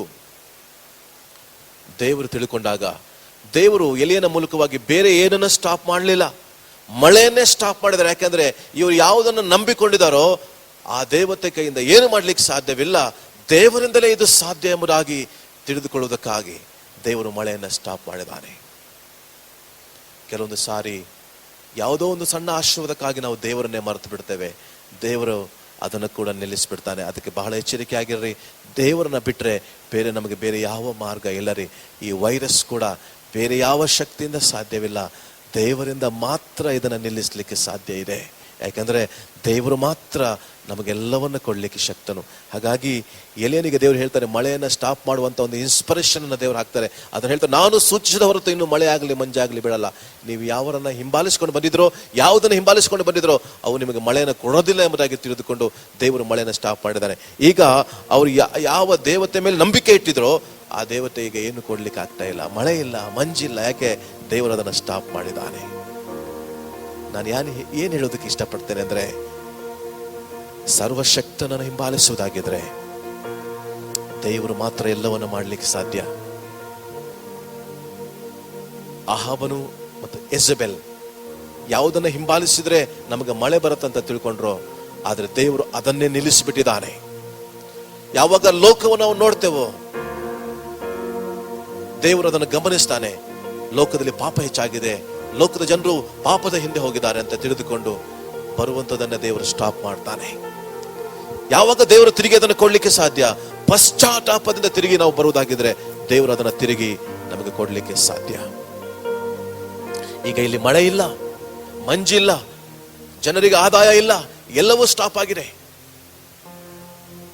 ಹೇಗೆ ಲಾಕ್ಡೌನ್ ಆದಾಗ ಎಲ್ಲರೂ ಆದಾಯವನ್ನು ಕಳ್ಕೊಂಡ್ರು ಹಾಗೆ ಆಗಿರುತ್ತೆ. ಎಷ್ಟು ಕೋಪ ಬಂದಿರಬಹುದಲ್ವಾ? ಹಾಗೆಲ್ಲ ಆಗಿದೆ. ಈಗ ಎಲಿಯನು ಪ್ರಾರ್ಥನೆ ಮಾಡಿ ಆತನು ಹೋಗ್ಬಿಟ್ಟಿದ್ದಾನೆ. ಈಗ ಅಹಾಬನ ಆತನು ಹುಡುಕ್ತಾ ಇರ್ಬೋದು, ಎಲ್ಲಿದ್ದಾನೆ ಇವನು, ಏನೋ ಹೇಳಿ ಹೋಗ್ಬಿಟ್ಟಲ್ಲ, ಮಾಡ್ಬಿಟ್ಟು ಹೋಗ್ಬಿಟ್ಟ, ಸಮಸ್ಯೆ ಆಗೋಯ್ತು ಎಂಬುದಾಗಿ ಹುಡುಕಿರ್ಬೋದು. ಆದ್ರೆ ದೇವರು ಹೇಳ್ತಾನೆ, ನೀನು ಹೋಗಿ ಆತನು ಕೆರಿತ್ ಹಳ್ಳದಲ್ಲಿ ಅಡಗಿಕೋ, ನೀನು ಅಡಗಿಕೋ. ಕೇರಿತ್ತಿಗೆ ಹೋಗಿ, ಕೇರಿತ್ ಅಂದ್ರೆ ಇಕ್ಕಟ್ಟಾದ ಸ್ಥಳ. ಕೇರಿತ್ ಅಂದ್ರೆ ಅಲ್ಲಿ ಅಲ್ಲಿ ಒಬ್ಬರು ವ್ಯಕ್ತಿ ಮಾತ್ರ ಹೋಗ್ಬೋದು. ಇಕ್ಕಟ್ಟಾದ ಸ್ಥಳ, ಇಕ್ಕಟ್ಟಾದ ಪ್ರಾರಂಭವನ್ನ ದೇವರು ಎಲಿಯನಲ್ಲಿ ಪ್ರಾರಂಭಿಸಿದ್ದಾರೆ. ಯಾವಾಗ ನಾವು ಪ್ರಾರ್ಥನೆಯಲ್ಲಿ ಬೆಳಿತೇವೋ ದೇವರು ನಮ್ಮ ಜೀವಿತವನ್ನ ಒಂದು ಪ್ರಾರಂಭವನ್ನ ಕೊಡ್ತಾನೆ. ಅದು ಸಣ್ಣ ಪ್ರಾರಂಭ. ಯಾಕಂದ್ರೆ ಸಣ್ಣ ಪ್ರಾರಂಭದಿಂದ ನಾವು ಯಾವಾಗ ಪ್ರಾರಂಭಿಸ್ತೇವೋ ದೇವರು ದೊಡ್ಡದನ್ನ ನಮ್ಮ ಜೀವಿತದಲ್ಲಿ ಅನುಗ್ರಹಿಸ್ತಾನೆ. ಪ್ರಿಯ ದೇವ ಮಗುವೆ, ನೀನು ದೇವರ ಸನ್ನಿಧಿಯಲ್ಲಿದ್ದೀರಾ, ದೇವರ ಕಾರ್ಯವನ್ನು ನೋಡ್ತಾ ಇದ್ದೀರಿ, ದೇವರ ಪಾದದಲ್ಲಿ ನೀವಿದ್ದೀರಿ, ದೇವರ ಸನ್ನಿಧಿಯಲ್ಲಿ ನೀವಿದ್ದೀರಿ. ಹಾಗಾಗಿ ನಾವು ಕುಗ್ಗಿ ಹೋಗೋದು ಬೇಡ, ನಿರಾಸೆಗೊಳ್ಳೋದು ಬೇಡ. ದೇವರು ನಮ್ಮ ಒಂದು ಸಣ್ಣ ಪ್ರಾರಂಭ ನಮಗೆ ದೊಡ್ಡ ಆಶೀರ್ವಾದವನ್ನು ದೇವರು ಕೊಡ್ತಾನೆ. Thank you Jesus. ಹಾಲೆಲೂಯಾ. ಈಗ ಮುಂದೆ ಏನಾಯ್ತು? ಕೆರೆ ತಳ್ಳಕ್ಕೆ ಹೋಗಿದ್ದಾನೆ, ಅಡಗಿಕೊಂಡಿದ್ದಾನೆ. ಅಲ್ಲಿ ಇರುವಂತ ನೀರು ಅವನಿಗೆ ಪಾನವಾಗ್ತಾ ಇದೆ. ಮತ್ತು ದೇವರು ಕಾಗೆಗೆ ಆಜ್ಞಾಪನೆ ಕೊಟ್ಟಿದ್ದಾನೆ, ಹೋಗಿ ಅವರಿಗೆ ಆಹಾರವನ್ನು ಕೊಡು ಎಂಬುದಾಗಿ. ಈಗ ಪ್ರತಿನಿತ್ಯ ಬಂದು ಕಾಗೆ ಅವನಿಗೆ ಆಹಾರವನ್ನು ಕೊಟ್ಟು ಹೋಗ್ತಾ ಇದೆ. ಲಾಕ್ಡೌನ್ ಪೀರಿಯಡ್ ಅಲ್ಲಿ ನಾವು ನೆನೆಸ್ಕೊಳ್ತೇವೆ, ಮುಂದೆ ನಮ್ಮ ಕತೆ ಏನು, ಇಕ್ಕಟ್ಟಾದ ಸ್ಥಿತಿಯಲ್ಲಿ ನಾವು ಸಿಕ್ಕಾಕೊಂಡಿದ್ದೇವೆ, ನಮ್ಮ ಪರಿಸ್ಥಿತಿ ಏನು ಅಂತ ಹೇಳಿದ್ರೆ, ದೇವರ ಮಕ್ಕಳಿಗೆ ಎಂದು ಕೊರತೆ ಆಗಲ್ರಿ. ಲೋಕಕ್ಕೆ ಕೊರತೆ ಆಗ್ಬೋದು, ಜನರಿಗೆ ಕೊರತೆ ಆಗ್ಬೋದು, ಆದ್ರೆ ದೇವ ತನ್ನ ಮಕ್ಕಳಿಗೆ ಎಂದು ಕೊರತೆ ಮಾಡಲ್ಲ. ಅಲ್ಲಿ ಇರುವಂತ ಎಲ್ಲ ಜನರಿಗೆ ನೀರಿಲ್ಲ, ಮಳೆ ಇಲ್ಲ, ಮಂಜಿಲ್ಲ, ಏನೂ ಇಲ್ಲ. ಆದ್ರೆ ಎಲಿಯನಿಗೆ ಮಾತ್ರ ದೇವರು ಪ್ರತಿನಿತ್ಯ ಆಹಾರವನ್ನು ಕೊಡ್ತಾ ಇದ್ದಾನೆ. ಕೊರತೆನೇ ಇಲ್ಲ, ದೇವರು ಎಲ್ಲವನ್ನ ಆತನಿಗೆ ಒದಗಿಸ್ತಾ ಇದ್ದಾನೆ.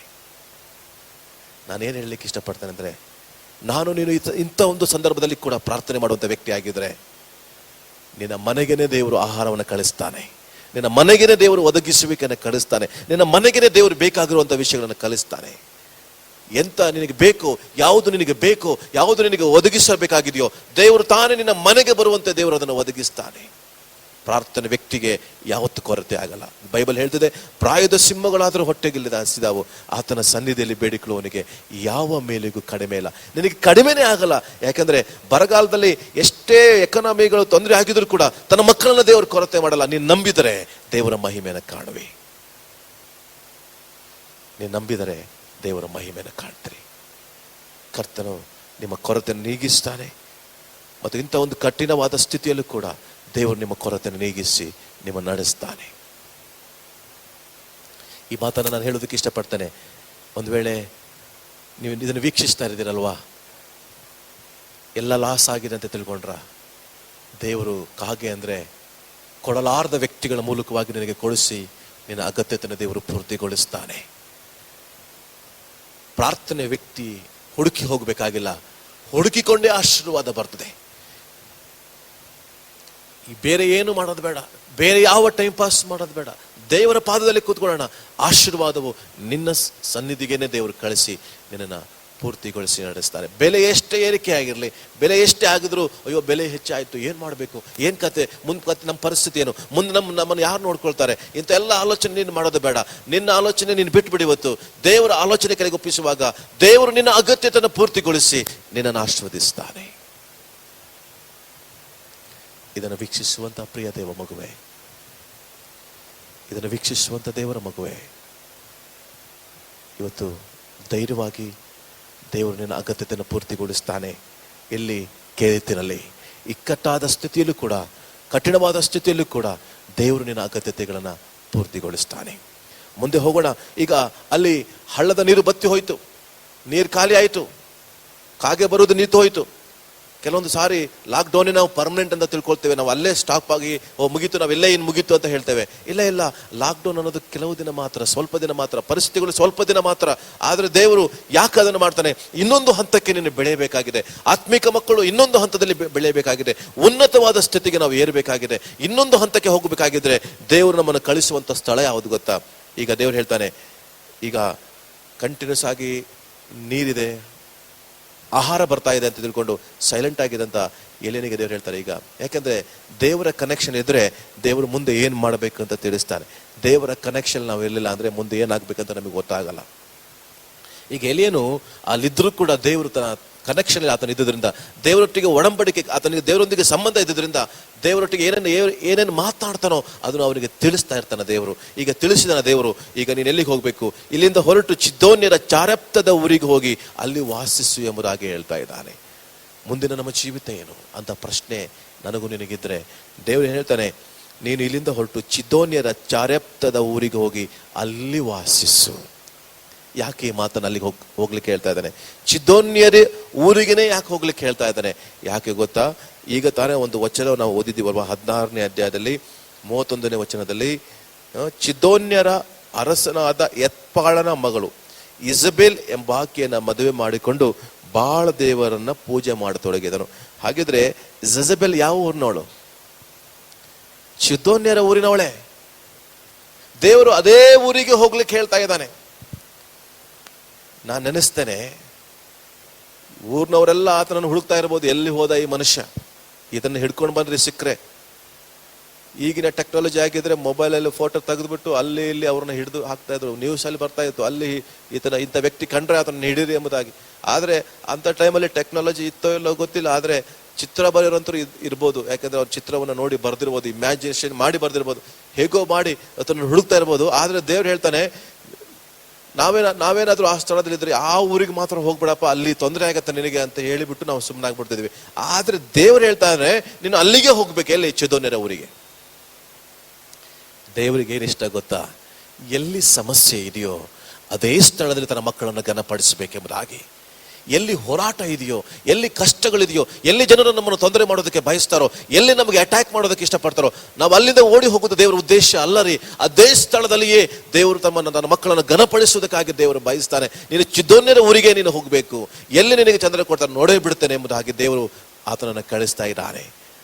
ದೇವರು ನನ್ನ ಸಂಗಡ ಇದ್ದರೆ ನಮ್ಮನ್ನು ಎದುರಿಸುವವರು ಯಾರು ಇಲ್ಲ ರೀ. ದೇವರು ನಮ್ಮ ಸಂಗಡ ಇರಬೇಕಷ್ಟೇ. ನಾವು ಭಯ ಪಡ್ತೇವೆ ಕೆಲವೊಂದು ಪರಿಸ್ಥಿತಿಗಳಿಗೆ. ನಾನು ಅಲ್ಲಿಗೆ ಹೋಗಲ್ಲ, ಅಲ್ಲಿ ನನಗೆ ತೊಂದರೆ ಕೊಡ್ತಾರೆ, ಅಲ್ಲಿ ನನಗೆ ತೊಂದರೆ ಮಾಡ್ತಾ ಇದ್ದಾರೆ, ಅಲ್ಲಿ ನನಗೆ ಭಯ ಹುಟ್ಟಿಸ್ತಾರೆ, ಅಲ್ಲಿ ಅವರು ನನಗೆ ತೊಂದರೆ ಮಾಡ್ಬೋದು, ನಮಗೆ ಪ್ರಾಬ್ಲಮ್ ಮಾಡ್ಬೋದು ಎಂಬುದಾಗಿ ಅವರು ಒಂದು ವೇಳೆ ಆಲೋಚನೆ ಮಾಡಿರ್ಬೋದು. ಆದರೆ ದೇವ್ರು ಹೇಳ್ತಾ ಇದ್ದಾರೆ ಈಗ ಎಲಿಯನಿಗೆ, ಎಲಿಯಾ ನೀನು ಪ್ರಾರ್ಥನೆ ಮಾಡಿ ಬಂದಿಯಲ್ವಾ, ಈಗ ನೀನು ಎಲ್ಲಿಗೆ ಹೋಗ್ಬೇಕು ಗೊತ್ತಾ? ನೀನು ಯಾವ ಜನರು ನಿನಗೆ ಅಗೇನ್ಸ್ಟ್ ಆಗಿರ್ತಾರಲ್ಲ ಅಲ್ಲಿಗೆ ನೀನು ಹೋಗ್ಬೇಕು, ಚಿದೋನ್ಯರ ಊರಿಗೆ ಹೋಗ್ಬೇಕೆಂಬುದಾಗಿ ಹೇಳಿ ಕಳಿಸ್ತಾ ಇದ್ದಾನೆ. ಈ ವಾಕ್ಯವನ್ನು ಕೇಳುವಂತ ಪ್ರಿಯ ದೇವಜನರೇ, ಸಮಸ್ಯೆ ಇರುವಂಥ ಭಾಗವನ್ನು ಬಿಟ್ಟು ಓಡಿ ಹೋಗಬೇಡ್ರಿ. ಸಮಸ್ಯೆಯಲ್ಲಿಯೇ ದೇವರನ್ನ ಘನಪಡಿಸ್ರಿ. ಕೆಲವೊಂದು ಸಾರಿ ಜನರು ನಮಗೆ ತೊಂದರೆ ಕೊಡ್ತಾರೆ, ಕುಟುಂಬದಲ್ಲಿ ನನಗೆ ತೊಂದರೆ ಆಗ್ತಾ ಇದೆ, ಜನರು ನಮ್ಮ ಅಕ್ಕಪಕ್ಕದವ್ರು ತೊಂದರೆ ಮಾಡ್ತಾ ಇದ್ದಾರೆ, ಇಲ್ಲಿ ಪ್ರಾರ್ಥನೆ ಮಾಡ್ಲಿಕ್ಕೆ ನಮ್ಮನ್ನು ಬಿಡ್ತಾ ಇಲ್ಲ ಎಂಬುದಾಗಿ ತಿಳಿದುಕೊಂಡು ಪರಿಸ್ಥಿತಿನ ನಾವು ಭಯಪಟ್ಟು ಓಡಿ ಹೋಗೋದಕ್ಕೆ ತೀರ್ಮಾನ ಮಾಡ್ತೇವೆ. ಆದರೆ ದೇವರು ಹೇಳುವಂಥ ಕಾರ್ಯ ಏನಂದ್ರೆ, ಎಲ್ಲಿ ನಿನಗೆ ಸಮಸ್ಯೆ ಇದೆಯೋ ಅಲ್ಲಿ ದೇವರನ್ನ ಘನಪಡಿಸಬೇಕೆಂಬುದಾಗಿ ಬಯಸ್ತಾನೆ. ಅಲ್ಲಿಯೇ ನಿನ್ನನ್ನು ದೇವರು ಉನ್ನತವಾದ ಸ್ಥಿತಿಗೆ ದೇವರು ತೆಗೆದುಕೊಂಡು ಬರ್ತಾನೆ. ಅಲ್ಲಿಯೇ ದೇವರು ನಿನ್ನನ್ನು ಅಭಿವೃದ್ಧಿಪಡಿಸಿ ನಿನ್ನ ಹೆಸರನ್ನ ದೇವರು ಘನಪಡಿಸ್ತಾನೆ. ಸೋತು ಹೋಗ್ಬೇಡ, ನಿರಾಸೆಗೊಳ್ಳಬೇಡ. ದೇವರಿಗೆ ಎಲ್ಲವೂ ಗೊತ್ತು. ಇದನ್ನು ವೀಕ್ಷಿಸುವಂತವರೇ, ಈಗ ದೇವರು ಹೇಳ್ತಾರೆ ಚಿದೋನ್ಯರ ಚಾರೆಪ್ತದ ಊರಿಗೆ ಹೋಗುವುದಕ್ಕಾಗಿ ಹೇಳ್ತಾರೆ. ಚಿದೋನ್ಯರ ಪಟ್ಟಣ, ಅದೇ ಊರಿಗೆ ಹೋಗಿ ಅಲ್ಲಿ ಚಾರೆಪ್ತ ಅಂತ ಒಂದು ಸ್ಥಳಕ್ಕೆ ದೇವರು ಕಳಿಸ್ತಾ ಇದ್ದಾರೆ. ಚಾರೆಪ್ತಕ್ಕೆ ಯಾಕೆ ಹೋಗ್ಲಿಕ್ಕೆ ಹೇಳ್ತಾ ಇದ್ದಾರೆ ದೇವ್ರಿಗೆ ಗೊತ್ತಿದೆಯಾ? ಚಾರೆಪ್ತ ಆಹಾಬನ ಮತ್ತು ಜೆಜಬೆಲ್ ಆ ಒಂದು ಅರಸರ ಸೈನ್ಯವನ್ನ ಟ್ರೈನಿಂಗ್ ಮಾಡುವಂತ ಸ್ಥಳ ಚಾರೆಪ್ತ. ಚಾರೆಪ್ತದಲ್ಲಿಯೇ ಅವರ ಸೈನಿಕರಿಗೆ ಟ್ರೈನಿಂಗ್ ಕೊಡುವಂತ ಸ್ಥಳ ಅದು. ಅಂದ್ರೆ ಸೈನಿಕರು ಹೆಚ್ಚು ಅಲ್ಲೇ ಇದ್ದಾರೆ ನೋಡಿ. ಸೈನಿಕರು ಅಲ್ಲೇ ಹೆಚ್ಚೇ ಇದ್ದಾರೆ, ಆತನಿಗೆ ವಿರೋಧ ಮಾಡುವಂತವರೇ ಅಲ್ಲಿ ಹೆಚ್ಚಿದ್ದಾರೆ, ಆತನಿಗೆ ಹಿಡಿದು ಕೊಡುವವರೇ ಅಲ್ಲಿ ಹೆಚ್ಚಿದ್ದಾರೆ. ಆದ್ರೆ ದೇವರು ಹೇಳ್ತಾರೆ ನೀನು ಚಾರೆಪ್ತದೇ ಊರಿಗೆ ಹೋಗ್ಬೇಕು ಎಂಬುದಾಗಿ. ನಾವಾಗಿದ್ರೆ ಹೋಗ್ತಾ ಇದ್ದೇವಾ? ಬೇರೆ ಒಂದು ಸ್ಥಳಕ್ಕೆ ನಮಗೆ ಕಳಿಸಪ್ಪ, ನಾವು ಅಲ್ಲಿ ಮಾತ್ರ ಹೋಗಲ್ಲ, ನಮಗೆ ಬಿಟ್ಟು ಬಿಡ್ರಿ, ನಾವು ಎಲ್ಲಾದ್ರೂ ಹೋಗ್ಬಿಡ್ತೇವೆ ಅಂತ ಹೇಳ್ತೇವೆ ಅಲ್ವಾ? ಆದ್ರೆ ದೇವ್ರು ಹೇಳ್ತಾನೆ ನೀನು ಅಲ್ಲಿಗೆ ಹೋಗ್ಬೇಕು, ಎಲ್ಲಿ ಸೈನಿಕರಾದ್ರೆ ಅಲ್ಲೇ ಹೋಗ್ಬೇಕು. ಎಂತ ದೇವರು ಅಂದ್ರೆ, ಹಂಗಂತ ಹೇಳಿ ದೇವರು ನಿಮ್ಮನ್ನ ವೈರಿಗಳ ಕೈಗೆ ಕೊಡ್ಬೇಕಂತ ಅಲ್ಲ, ವೈರಿಗಳ ಮುಂದೆನೇ ನಿನಗೆ ಔತಣವನ್ನು ಸಿದ್ಧಪಡಿಸಬೇಕೆಂಬುದಾಗಿ. ಆಮೇನ್, ಹಲ್ಲೆಲೂಯಾ. ನಿನಗೆ ತೊಂದರೆ ಕೊಡುವಂತ ಜನರ ಮಧ್ಯೆ ವೈರಿಗಳ ಮುಂದೆನೆ, ಅದಕ್ಕೆ ದಾವೀದ ಹೇಳ್ತಾನೆ, ವೈರಿಗಳ ಮುಂದೆನೆ ನಮಗೆ ನೀನು ಔತಣವನ್ನು ಸಿದ್ಧಪಡಿಸುತ್ತೆ ಎಂಬುದಾಗಿ ಆತನು ಹೇಳ್ತಾನೆ. ಇದನ್ನು ವೀಕ್ಷಿಸುವಂತವರೇ, ನಿನಗೆ ಸಮಸ್ಯೆ ಇದೆಯಾ? ತೊಂದರೆ ಕೊಡೋರು ಇದ್ದಾರಾ? ನಿಮ್ಮ ಕುಟುಂಬದವರು ಇದ್ದಾರಾ? ನಿಮ್ಮ ಅಕ್ಕಪಕ್ಕದವರು ಇದ್ದಾರಾ? ನಿಮ್ಮ ಯಾರಾದರೂ ನಿಮಗೆ ತೊಂದರೆ ಕೊಡೋರು ಇದ್ದಾರಾ? ಡೋಂಟ್ ವರಿ, ಅವರ ಮುಂದೆನೆ ನಿಮ್ಮ ತಲೆಯನ್ನು ದೇವರು ಎತ್ತುವಂತೆ ಮಾಡ್ತಾನೆ. ಯೋಸೇಫನಿಗೆ ಸಮಸ್ಯೆ ಬರಲಿಲ್ವಾ? ಯೋಸೇಫನಿಗೆ ತೊಂದರೆ ಆಗ್ಲಿಲ್ವಾ? ಯೋಸೇಫನ ಅಲ್ಲಿ ತೊಂದರೆ ಕೊಡ್ಲಿಲ್ವಾ? ಅವರು ಅದೇ ಸ್ಥಳದಲ್ಲಿ ದೇವರು ಆತನನ್ನು ಘನಪಡಿಸಲಿಲ್ವಾ? ದಾವೀದನ ಸೌಲನ್ನು ತೊಂದರೆ ಕೊಟ್ಟಿಲ್ವಾ? ಆತನನ್ನು ಹಿಂದಟ್ಟಿಕೊಂಡು ಬಂದು ಆತನ ಅನೇಕ ಸಾರಿ ಸೋಲಿಸುವುದಕ್ಕೆ ಪ್ರಯತ್ನ ಮಾಡಲಿಲ್ವಾ? ಅನೇಕ ಸಾರಿ ಕೊಲ್ಲುವುದಕ್ಕೆ ಆತನಿಗೆ ಪ್ರಯತ್ನ ಮಾಡಲಿಲ್ವಾ? ಅಂತ ಸಂದರ್ಭದಲ್ಲಿ ಆತನು ಸೋತು ಹೋಗದೆ ದೇವರಿಗಾಗಿ ಆತನು ನಿಂತಿದ್ರಿಂದ ದೇವರು ಆತನಿಗೆ ಒಬ್ಬ ಅರಸನಾಗಿ ಮಾಡಿ ದೊಡ್ಡ ವ್ಯಕ್ತಿನಾಗಿ ನಿಲ್ಲಿಸಿದ್ದಾನೆ. ಪ್ರಿಯ ದೇವ ಮಗುವೆ, ದೇವರಿಗೆ ಒಂದೇ ಒಂದು ಉದ್ದೇಶ ಇದೆ, ಏನಂದ್ರೆ ನಿನ್ನನ್ನು ವೈರಿ ಬಾಯಲ್ಲಿ ಕೊಡೋದಲ್ಲ, ವೈರಿ ಮುಂದೆ ನಿಮ್ಮನ್ನು ನಿಲ್ಲಿಸಿ ನಿಮ್ಮನ್ನು ಘನಪಡಿಸಬೇಕೆಂಬುದಾಗಿ. ಈ ವಾಕ್ಯವನ್ನು ನೀನು ಕೇಳುತ್ತಿರೋದಾಗಿದ್ರೆ ಯಾವ ಸ್ಥಳದ ಇದೆಯೋ ಅಲ್ಲಿ ಓಡಿ ಹೋಗ್ಬೇಡ, ದೇವರಿಗಾಗಿ ನಿಂತುಕೋ. ಸಮಸ್ಯೆ ಇದೆಯಾ? ವೈರಸ್ ಇದೆ, ಭಯ ಇದೆ, ಅದೇ ಸ್ಥಳದಲ್ಲಿ ದೇವರನ್ನ ಘನಪಡಿಸ್ರಿ. ಅದು ಬಿದ್ದು ಹೋಗ್ಬೇಕು ಹೊರತು ನಾವು ಬಿದ್ದು ಹೋಗೋರಲ್ಲ. Thank you Jesus, thank you Lord. ಅಂತ ದೇವರು ನಾವು ನಂಬಿದ್ದೇವೆ ರೀ, ಅಂತ ದೇವರು ನಾವು ಆರಾಧನೆ ಮಾಡ್ತಾ ಇದ್ದೀವಿ, ಅಂತ ದೇವರು ನಾವು ಘನಪಡಿಸ್ತಾ ಇದ್ದೀವಿ ಅಲ್ವಾ? ಹಾಗಿದ್ರೆ ಯಾಕೆ ನಮಗೆ ನಿರಾಸೆ? ಯಾಕೆ ನಾವು ಸೋಲುವಂತ ಮಾತುಗಳನ್ನ ಮಾತಾಡಬೇಕು? ಯಾಕೆ ನಿರಾಸೆಯಿಂದ ನಾವು ಮಾತನಾಡಬೇಕು? ಯಾಕೆ ನಾವು ಕುಗ್ಗಿ ಹೋದವರಾಗಿ ಮಾತಾಡಬೇಕು? ನನ್ನ ದೇವರು ಇಂದು ಜೀವಿಸ್ತಾ ಇದ್ದಾನೆ, ಆತನು ಎಂದಿಗೂ ಮರೆಯ ಆಗಲಿಲ್ಲ, ಎಂದಿಗೂ ಮರೆಯ ಆಗಲಿಲ್ಲ. ಇವತ್ತು ಈ ವಾಕ್ಯವನ್ನು ಕೇಳ್ತಾ ಇದ್ರಿ. ಈಗ ಚಾರಪ್ತದ ಸ್ತ್ರೀಯ ಮನೆಗೆ ಹೋಗುವುದಕ್ಕೆ ದೇವರು ಅಪ್ಪಣೆ ಕೊಟ್ಟಾಗ ಅವಳು ಒಬ್ಬಳೆ ಕಟ್ಟಿಗೆನ ಆರಿಸ್ತಾ ಇದ್ದಾಳೆ. ಒಂದು ವೇಳೆ ಭಯ ಕಾಣ್ತಾ ಇರ್ಬೋದು, ಯಾರು ಬಂದ್ಬಿಡ್ತಾರೆ ಎಂಬುದಾಗಿ. ಆದರೆ ದೇವರು ಆ ಸಹೋದರಿಯನ್ನು ತೋರಿಸಿದಾಗ ಸಹೋದರಿ ಹತ್ರ ಹೋಗಿ ಹೇಳ್ತಾ ಇದ್ದಾನೆ, ನನಗೊಂದು ರೊಟ್ಟಿಯನ್ನು ಮಾಡಿಕೊಡು ಎಂಬುದಾಗಿ. ಆಗ ಅವಳು ಹೇಳ್ತಾ ಇದ್ದಾಳೆ, ನನಗೂ ನನ್ನ ಮಗನಿಗೂ ಬೇಕಾಗುವಷ್ಟು ಮಾತ್ರ ಇದೆ, ಬಟ್ ಹೊರತು ನನ್ನಲ್ಲಿ ಏನೂ ಇಲ್ಲ ಎಂಬುದಾಗಿ. ನಾನು ಇದು ತಿಂದ ಮೇಲೆ ಇಬ್ಬರು ಸಾಯಬೇಕೆ ಹೊರತು ಬೇರೆ ನಮ್ಮಲ್ಲಿ ಏನೂ ಇಲ್ಲ ಎಂಬುದಾಗಿ ಹೇಳಿದಾಗ ಅವನು ಹೇಳ್ತಾನೆ, ಮೊದಲು ನನಗೊಂದು ರೊಟ್ಟಿಯನ್ನು ಮಾಡಿಕೊ. ಪ್ರಿಯ ದೇವ ಜನರೇ, ಇಂಥ ಒಂದು ಕಠಿಣವಾದ ಸ್ಥಿತಿಯಲ್ಲಿ ನಾವು ನಡೆಯುವಂಥ ಸಂದರ್ಭದಲ್ಲಿ ನಾವು ಮೊದಲು ಕರ್ತನ ಕಡೆಗೆ ನೋಡಬೇಕು, ಕರ್ತನಿಗೆ ನಾವು ಸನ್ಮಾನಿಸಬೇಕು, ಕರ್ತನನ್ನು ನಾವು ಗೌರವಿಸಬೇಕು. ಯಾವಾಗ ನೀವು ಗೌರವಿಸ್ತಿರೋ, ಈ ಲಾಕ್ಡೌನಲ್ಲಿ ನನ್ನ ಹತ್ರ ಏನೂ ಇಲ್ಲ ಕೊಡಲಿಕ್ಕೆ, ಈ ಲಾಕ್ಡೌನಲ್ಲಿ ನನ್ನ ಹತ್ರ ಏನು ಸಹಾಯ ಮಾಡಲಿಕ್ಕಿಲ್ಲ ಎಂದು ಹೇಳಬೇಡ್ರಿ. ನಿನಗೆ ಎಷ್ಟು ಜನರಿಗೆ ಸಹಾಯ ಮಾಡಲಿಕ್ಕಾಗುತ್ತೋ ಅಷ್ಟು ಜನರಿಗೆ ಸಹಾಯ ಮಾಡಿರಿ. ನಿಮ್ಮಲ್ಲಿ ಏನಿದೆಯೋ ಅದರಲ್ಲಿಯೇ ನೀವು ಇನ್ನೊಬ್ಬರಿಗೆ ಹಂಚಿಕೊಳ್ಳ್ರಿ. ನಾನು ಒಂದು ಮಾತನ್ನು ಇವತ್ತು ಪ್ರವಾದಿಸ್ತೇನೆ, ಇದನ್ನು ವೀಕ್ಷಿಸುವಂಥವರಿಗೆ, ಇದನ್ನು ಕೇಳುವಂಥವರಿಗೆ, ಯಾವುದು ಕೈಗಳು ನೀನು ಕೊಡುವುದಕ್ಕೆ ನೀನು ಮುಂದೆ ಚಾಚಿದೆಯೋ ಅದೇ ಕೈಗಳನ್ನು ದೇವರು ಹಿಟ್ಟು ತೀರದ ಹಾಗೆ, ಎಣ್ಣೆ ಖಾಲಿ ಆಗದ ಹಾಗೆ ನಿನ್ನ ಕುಟುಂಬವನ್ನು ದೇವರು ಅಭಿವೃದ್ಧಿಪಡಿಸಿ, ನಿನ್ನ ಕುಟುಂಬವನ್ನು ದೇವರು ಸಮೃದ್ಧಿಪಡಿಸಿ, ನಿನ್ನ ಮನೆ ಕೊರತೆಯನ್ನು ದೇವರು ನೀಗಿಸಿ, ಅದ್ಭುತವಾಗಿ ಕರ್ತನು ಬರುವ ತನಕ ನಿನ್ನ ಮನೆಯಲ್ಲಿ ಕೊರತೆ ಇಲ್ಲದ ಹಾಗೆ ದೇವರು ನಡೆಸ್ತಾನೆ. ಇದು ಪ್ರವಾದಿಸಿ ನಾನು ಹೇಳುವಂಥ ಮಾತು. ಕೊಡುವಂಥದ್ದಲ್ಲಿ ಹಿಂದೆ ಹೋಗ್ಬೇಡ್ರಿ, ಕೊಡುವಂಥದ್ದಲ್ಲಿ ಹಿಂಜಾರಿ ಹೋಗ್ಬೇಡ್ರಿ, ಧೈರ್ಯವಾಗಿ ಕೊಡ್ರಿ. ಈಗ ಎಲಿಯ ಹೇಳ್ತಾನೆ, ನನಗೊಂದು ರೊಟ್ಟಿಯನ್ನು ಕೊಡು. ಈಗ ಏನೂ ಇಲ್ಲ, ಕೊಡ್ಲಿಕ್ಕೆ ಏನೂ ಇಲ್ಲ ಅವಳ ಹತ್ರ, ಆದರೂ ಅವಳು ಹೆಜ್ಜೆ ಇಡ್ತಾ ಇದ್ದಾಳೆ, ಅವನ ಮಾತಿಗೆ ವಿಧೇಯಳಾಗ್ತಾ ಇದ್ದಾಳೆ, ಧೈರ್ಯವಾಗಿ ಹೋಗ್ತಾ ಇದ್ದಾಳೆ, ಮಾಡಿದಾಳೆ, ಕೊಟ್ಟಿದ್ದಾಳೆ. ಕೊಟ್ಟು ತಿಂದು ನಂತರ ಗೊತ್ತಾಯ್ತು ಅವಳಿಗೆ, ಅವಳು ಮನೇಲಿ ಇರುವಷ್ಟು ದಿನ ಅವನ ಮನೆಯಲ್ಲಿ ಏನು ಕೊರತೆ, ಅವಳ ಮನೆಯಲ್ಲಿ ಕೊರತೆನೇ ಆಗಲಿಲ್ಲ. ನಿನ್ನ ಮನೆಗೆ ಎಂದಿಗೂ ಕೊರತೆ ಆಗಲ್ಲ, ಯಾಕಂದ್ರೆ ನೀನು ಕೊಡುವಂಥ ವಿಷಯದಲ್ಲಿ ಒಂದು ಹೆಜ್ಜೆ ಮುಂದೆ ಇಟ್ಟಿದ್ದಿ. ಬಡವರಿಗೆ ಸಹಾಯ ಮಾಡ್ರಿ, ಕಷ್ಟದಲ್ಲಿರೋರಿಗೆ ಸಹಾಯ ಮಾಡ್ರಿ, ನೋವಿನಲ್ಲಿರೋರಿಗೆ ಸಹಾಯ ಮಾಡ್ರಿ. ದೇವರು ದಿಕ್ಕಿಲ್ಲದವರು ಬಂದು ನಿರಾಶ್ರಿತರಾಗಿ ಬಂದು ಕೇಳುವಾಗ ಅವರಿಗೆ ಸಹಾಯ ಮಾಡ್ರಿ. ದಿಕ್ಕಿಲ್ಲದವರನ್ನ ಪರಾಂಬರಿಸುವ ನೀನು ಧನ್ಯನು ಎಂಬುದಾಗಿ ದೇವರ ವಾಕ್ಯ ಹೇಳ್ತದೆ. ಎಷ್ಟೋ ಜನರು ನಿಮ್ಮ ಮುಂದೆ ಇದ್ದಾರೆ, ಅವರಿಗಾಗಿ ಸಹಾಯ ಮಾಡ್ರಿ. ಮೊದಲು ಕರ್ತನ ಕಡೆಗೆ, ಕರ್ತನ ವ್ಯಕ್ತಿಗಳಿಗೆ ಸಹಾಯ ಮಾಡ್ರಿ. ಕರ್ತನ ವ್ಯಕ್ತಿಗಳು ಯಾರು ಗೊತ್ತಾ? ಬಡವರ ಪ್ರೀತಿಸಿ, ಆ ಬಡವರನ್ನ ಪ್ರೀತಿಸುವುದೇ ಕರ್ತನನ್ನು ಪ್ರೀತಿಸಿದ ಹಾಗೆ. ಈ ವಾಕ್ಯ ನಿಮ್ಮೊಟ್ಟಿಗೆ ದೇವರು ಮಾತನಾಡಲಿ, ಈ ವಾಕ್ಯ ದೇವರು ನಿಮ್ಮೊಟ್ಟಿಗೆ ಮಾತನಾಡಲಿ. ಪ್ರಿಯ ಸಹೋದರನೇ, ಸಹೋದರಿಯೇ, ದೇವರು ನಿಮ್ಮನ್ನು ನಡೆಸಲಿ, ದೇವರು ನಿಮ್ಮನ್ನು ಉಪಯೋಗಿಸಲಿ, ದೇವರು ತನ್ನ ವಾಕ್ಯದ ಮೂಲಕವಾಗಿ ನಿಮಗೆ ಸಹಾಯ ಮಾಡಲಿ. ಎಷ್ಟು ದಿನ ಅವ್ರ ಮನೆಗಿದನೋ ಕೊರತೆನೇ ಆಗಲಿಲ್ಲ. ಏನಾಯ್ತು ಅಲ್ಲಿ? ಒಂದು ಸಂದರ್ಭ ನಡೀತು. ಸ್ವಲ್ಪ ದಿನ ಆದ ಮೇಲೆ ಆ ಮನೆಯ ಮಗನು ಸತ್ತು ಹೋದ. ಈಗ ಅವಳಿಗೆ ತುಂಬಾ ನೋವಾಗ್ತಾ ಇದೆ. ಯಾಕಪ್ಪ, ನನ್ನ ಪಾಪವನ್ನ ದೇವರ ಮುಂದೆ ನೀನು ಜ್ಞಾಪಕ ಮಾಡಿದ್ಯಾ, ಯಾಕೆ ಹಿಂಗಾಯ್ತು ಅಂತ ಕೇಳಿದಾಗ ಅವನು ಹೋಗಿ ಮಾಳಿಗೆ ಮೇಲೆ ಹೋಗಿ ಪ್ರಾರ್ಥನೆ ಮಾಡ್ತಾನೆ. ಮಾಳಿಗೆ ಮೇಲೆ ಹೋಗಿ ಆ ಮಗುವನ್ನು ಕರೆದುಕೊಂಡು ಹೋಗಿ ಪ್ರಾರ್ಥನೆ ಮಾಡ್ತಾನೆ. ಹಾಗಿದ್ರೆ ಆ ಸಹೋದರ ಯಾರು ಹಿಟ್ಟು ಮತ್ತು ಎಣ್ಣೆ ಇಟ್ಕೊಂಡಿದ್ದಲ್ವಾ ಸ್ವಲ್ಪ, ಅವಳು ಯಾರು ಬಡವಳ ಅಲ್ಲ. ಆಗಿನ ಕಾಲದಲ್ಲಿಯೇ ಶ್ರೀಮಂತರು ಇರ್ಬೋದು ಅವಳು, ಯಾಕೆ ಬಡವರ ಮನೆ ಚಿಕ್ಕದಾಗಿರುತ್ತದೆ. ಆದರೆ ಈ ಆಗಿನ ಸಂದರ್ಭದಲ್ಲಿಯೇ ಅವಳು ಮೇಲಂತಸ್ತಿನ ಮನೆಯನ್ನು ಕಟ್ಟಿದ್ಲು ಅಂತ ದೇವರ ವಾಕ್ಯ ಇಲ್ಲಿ ಬರೆಯಲ್ಪಟ್ಟಿದೆ.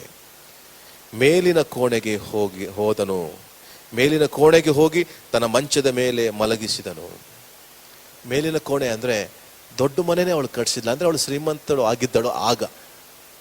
ಹಾಗಿದ್ರೆ ಎಲ್ಲವನ್ನ ಕಳ್ಕೊಂಡು ಏನಾಗ್ಬಿಟ್ಟಿದ್ಲು, ಬರಗಾಲದಲ್ಲಿ ಏನೂ ಇರಲಿಲ್ಲ. ನೋಡಿ ಯಾಕೆ ಈ ಮಾತನ್ನು ಹೇಳ್ತಾನೆ ಅಂದ್ರೆ, ಬರಗಾಲ ಬಂತು, ಪ್ರಾಬ್ಲಮ್ ಬಂತು, ಸಮಸ್ಯೆಗಳು ಬಂತು ಅಂದ್ರೆ ದೊಡ್ಡ ವ್ಯಕ್ತಿಗಳು ಕೂಡ ಖಾಲಿಯಾಗಿ ಹೋಗ್ಬೋದು, ದೊಡ್ಡ ವ್ಯಕ್ತಿಗಳ ಕೈಯಲ್ಲಿ ಏನು ನಿಲ್ಲದೆ ಹೋಗ್ಬೋದು. ಆದ್ರೆ ದೇವರ ಮಕ್ಕಳಿಗೆ ಎಂದು ಕೊರತೆ ಆಗಲ್ಲ ಅನ್ನೋದಕ್ಕೆ ನಾನು ನಂಬಿಕೆಯಿಂದ ಹೇಳಲಿಕ್ಕೆ ಸಾಧ್ಯ. ಈ ವಾಕ್ಯವನ್ನು ಕೇಳ್ತಾ ಇದ್ರಿ, ನಿನ್ನಲ್ಲಿ ಸ್ವಲ್ಪ ಇದೆಯಾ, ಮುಗೀತು ನನ್ನ ಕತೆ ಮುಗೀತು, ನನ್ನ ಮುಂದೆ ನಾಳೆ ನನಗೆ ಯಾರೂ ಇಲ್ಲ, ನನಗೆ ನೋಡ್ಕೊಳ್ಳೋರು ಏನೂ ಇಲ್ಲ ಅಂತ ಹೇಳಬೇಡ. ದೇವರಿಗೆ ನೀನು ಮೊದಲನೇ ಸ್ಥಾನ ಪ್ರೀತಿ ಕೊಡೋದಾಗಿದ್ರೆ ಖಂಡಿತವಾಗಿ ನೀನು ಈ ಲೋಕದಲ್ಲಿ ಇರುವಷ್ಟು ದಿನ ನಿನ್ನ ಮನೆಗೆ ಕೊರತೆ ಆಗದ ಹಾಗೆ ದೇವರು ನೋಡ್ಕೊಳ್ತಾನೆ. ಈಗ ಸಹೋದರಿ ಹೇಳ್ತಾಳೆ, ನೀನು ನಿಜವಾಗ್ಲೂ ದೇವರ ಮನುಷ್ಯನು ಎಂಬುದಾಗಿ ನನಗೆ ಈಗ ಗೊತ್ತಾಯಿತು. ನೋಡಿ, ಅನ್ಯ ಜನರು, ಅವನು ಯಾರಂತಾನೆ ಗೊತ್ತಿಲ್ಲ ಅವಳಿಗೆ, ಇವನು ಯಾರಂತಾನೆ ಅವಳಿಗೆ ಗೊತ್ತಿರಲಿಲ್ಲ. ಹೊಸಮನು, ಪರಿಚಯ ಇಲ್ಲದ ವ್ಯಕ್ತಿ ಬಂದಿದ್ದಾನೆ, ಕೇಳಿದಾನೆ, ಉಳ್ಕೊಂಡಿದ್ದಾನೆ ಮನೆಯಲ್ಲಿ. ಪರಿಚಯ ಇಲ್ಲದ ವ್ಯಕ್ತಿ, ಒಂದು ದಿನವೂ ಅವನ ಜೀವಿತದಲ್ಲಿ ತಪ್ಪು ಕಾಣಲಿಲ್ಲ, ಪರಿಶುದ್ಧತೆಯನ್ನು ಕಾಪಾಡಿಕೊಂಡಿದ್ದಾನೆ. ಒಂದು ದಿನವೂ ಪಾಪದಿಂದ ಅವಳನ್ನು ನೋಡಲಿಲ್ಲ, ಒಳ್ಳೆತನ ಉಳ್ಕೊಂಡಿದ್ದಾನೆ. ಅಷ್ಟು ಮಾತ್ರವಲ್ಲ, ಪ್ರಾರ್ಥನೆ ವ್ಯಕ್ತಿ. ಎಲ್ಲಿಗೂ ಹೋದ್ರೂ ಕೂಡ ಪಾಪಕ್ಕೆ ಆತನು ವಿಧೇಯನಾಗಲ್ಲ, ದೇವರಿಗೆ ಆತನು ವಿಧೇಯನಾಗ್ತಾನೆ. ನೋಡಿ, ಹೊರಗಿನ ಜನರು ಅವನಿಗೆ ಸಾಕ್ಷಿ ಕೊಡ್ತಾ ಇದ್ದಾರೆ, ಈತನ ದೇವರ ಮನುಷ್ಯನೆಂಬುದಾಗಿ. ಎಂಥ ಒಳ್ಳೆ ಸಾಕ್ಷಿ ಅಲ್ವಾ.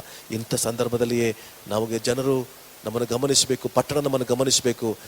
ಸಭೆಯಿಂದಲೇ ಕ್ರೈಸ್ತರೇ ಪ್ರಾರ್ಥನೆ ಮಾಡಿದ್ರೇ ನಮಗೆ ಒಳ್ಳೇದಾಗೋದು ಎಂಬುದಾಗಿ ಇವತ್ತು ಈ 12 ತಾಸು ಎಲ್ಲರೂ ಸೇರಿ ಪ್ರಾರ್ಥನೆ ಮಾಡ್ತಾ ಇದ್ದಾರೆ. ಎಲ್ಲರೂ ಸೇರಿ ಪ್ರತಿನಿತ್ಯ ಈ ಸೇವೆ ಬಿಗ್ ಜೆ ಚಾನಲ್ ಅನೇಕ ಜನರನ್ನ ಭೇಟಿ ಮಾಡಿ ವಾಕ್ಯದ ಮೂಲಕವಾಗಿ ಸಂತೈಸಿ ಅವರನ್ನು ಕಟ್ಟಿದಂಥ ಸೇವೆ ಇದು. ಈ ಬಿಗ್ ಜೆ ಚಾನಲ್ ಮೂಲಕವಾಗಿ ಅನೇಕರು ರಕ್ಷಣೆ ಹೊಂದಿದ್ದಾರೆ, ಅನೇಕರು ಕರ್ತನ ಕಡೆಗೆ ತಿರುಗಿಕೊಂಡಿದ್ದಾರೆ, ಅನೇಕರು ಯೇಸುವನ್ನು ತಿಳ್ಕೊಂಡಿದ್ದಾರೆ. ಈ ಚಾನಲ್ ಮೂಲಕವಾಗಿ ಅನೇಕರನ್ನು ದೇವರು ಬಲಪಡಿಸಿದ್ದಾನೆ. ನಾನು ಹೇಳುವಂಥ ವಿಷಯ ಏನಂದ್ರೆ, ದೇವರು ಇನ್ನೂ ಹೆಚ್ಚಾಗಿ ಈ ಸೇವೆಯನ್ನ ಈ ಚಾನಲ್ ಮೂಲಕವಾಗಿ ದೇವರು ಘನಪಡಿಸಲಿ ಎಂಬುದಾಗಿ ನಾನು ಕೇಳ್ಕೊಳ್ತೇನೆ. ಪ್ರಿಯ ದೇವ ಮಗುವೆ, ದೇವರು ನಮ್ಮನ್ನು ಹಾಗೆ ಇಟ್ಟಿದ್ದಾನೆ, ಹಾಗೆ ನಮ್ಮನ್ನು ಇಡ್ಲಿಕ್ಕಿದ್ದಾನೆ. ನಾವೆಂದಿಗೂ ನಾವು ಬಿಡಲ್ಪಟ್ಟವರಲ್ಲ. ನಮ್ಮನ್ನು ದೇವರು ಉನ್ನತವಾದ ಒಂದು ಸಾಕ್ಷ್ಯನಿಟ್ಟಿದ್ದಾನೆ. ಈತನು ಒಳ್ಳೆಯ ಮನುಷ್ಯನೆಂಬುದಾಗಿ ಗೊತ್ತಾಯಿತು. ಅನ್ಯ ಜನರು ಸಾಕ್ಷಿ ಕೊಡ್ತಾ ಇದ್ದಾರೆ. ದೇಶ ನಮಗೆ ಸಾಕ್ಷಿ ಕೊಡಬೇಕು, ಪಟ್ಟಣ ನಮ್ಮ ವಿಷಯದಲ್ಲಿ ಸಾಕ್ಷಿ ಕೊಡಬೇಕು, ನಮ್ಮ ಪಕ್ಕದ ಮನೆಯವರು ನಮಗೆ ಸಾಕ್ಷಿ ಕೊಡಬೇಕಾಗಿದ್ರೆ ಇಂಥ ಒಂದು ಸ್ಥಿತಿಯಲ್ಲೂ ಕೂಡ ಪ್ರಾರ್ಥನೆ ವ್ಯಕ್ತಿಯಾಗಿ ಜೀವಿಸಿದಾಗ ಮಾತ್ರ, ಕಷ್ಟದಲ್ಲಿಯೂ ನೋವಿನಲ್ಲಿಯೂ ದೇವರನ್ನ ಘನಪಡಿಸುವಾಗ, ದೇವರನ್ನು ಆರಾಧಿಸುವಾಗ. ಎಲಿಯನ ಜೀವಿತ ನೋಡ್ರಿ, ನಮ್ಮಂತ ಸ್ವಭಾವವನ್ನು ಪ್ರಾರ್ಥನೆ ಮಾಡಿದಾಗ ಮಳೆ ಬರಲಿಲ್ಲ, ನಂತರ ಮಳೆ ಬಂತು ಎಂಬುದಾಗಿ. ಕೇರಿತ್ತಿಂದ ಪ್ರಾರಂಭವಾಯಿತು, ಮುಂದೆ ಆತನ ಜೀವಿತ ನೋಡಿದಾಗಿದ್ರೆ ಮಳೆ ಬಂತು, ಪ್ರಾರ್ಥನೆ ಮಾಡಿದಾಗ ಮಳೆ ಬಂತು. ಹಾಗಿದ್ರೆ ಆ ಪ್ರಾರ್ಥನೆ ಆಯಿತು, ಮಳೆ ಬಂತು. ಆತನು ಹೋಗಿ ಆ ಬಾಳನ ಎಲ್ಲ ಬಲಗಳನ್ನು ಮುರಿದು ಹಾಕಿದಾಗ ದೇವರು ಆತನನ್ನು ಕಿಶೋನ್ ಹಳ್ಳಕ್ಕೆ ತಂದು ಅದನ್ನು ಅವರೆಲ್ಲರನ್ನ ಸಾಯಿಸಿಬಿಡ್ತಾನೆ. ಕಿಶೋನ್ ಹಳ್ಳ ಅಂದ್ರೆ ಅಗಲವಾದ ಸ್ಥಳ ಎಂಬುದಾಗಿ. ಯಾಕೆ ಈ ಮಾತನ್ನು ಹೇಳ್ತೇನೆ ಅಂದ್ರೆ, ದೇವರು ಆತನನ್ನು ಕೆರಿತ್ತಿಂದ ಪ್ರಾರಂಭ ಮಾಡಿದ್ರು ಕೂಡ, ಕೆರಿತ್ ಅಂದ್ರೆ ಇಕ್ಕಟ್ಟು, ಈಗ ಕಿಶೋನ್ ಹಳ್ಳ ಅಂದ್ರೆ ಅಗಲ. ಎಲ್ಲಿ ಇಕ್ಕಟ್ಟಾದ ಸ್ಥಳದಿಂದ ನನ್ನ ಜೀವಿತ ಪ್ರಾರಂಭವಾಗಿರ್ತದೋ ದೇವರು ಉನ್ನತವಾದ ಆಶೀರ್ವಾದಕ್ಕೆ ತಂದು ನಿನ್ನನ್ನು ಘನಪಡಿಸ್ತಾನೆ.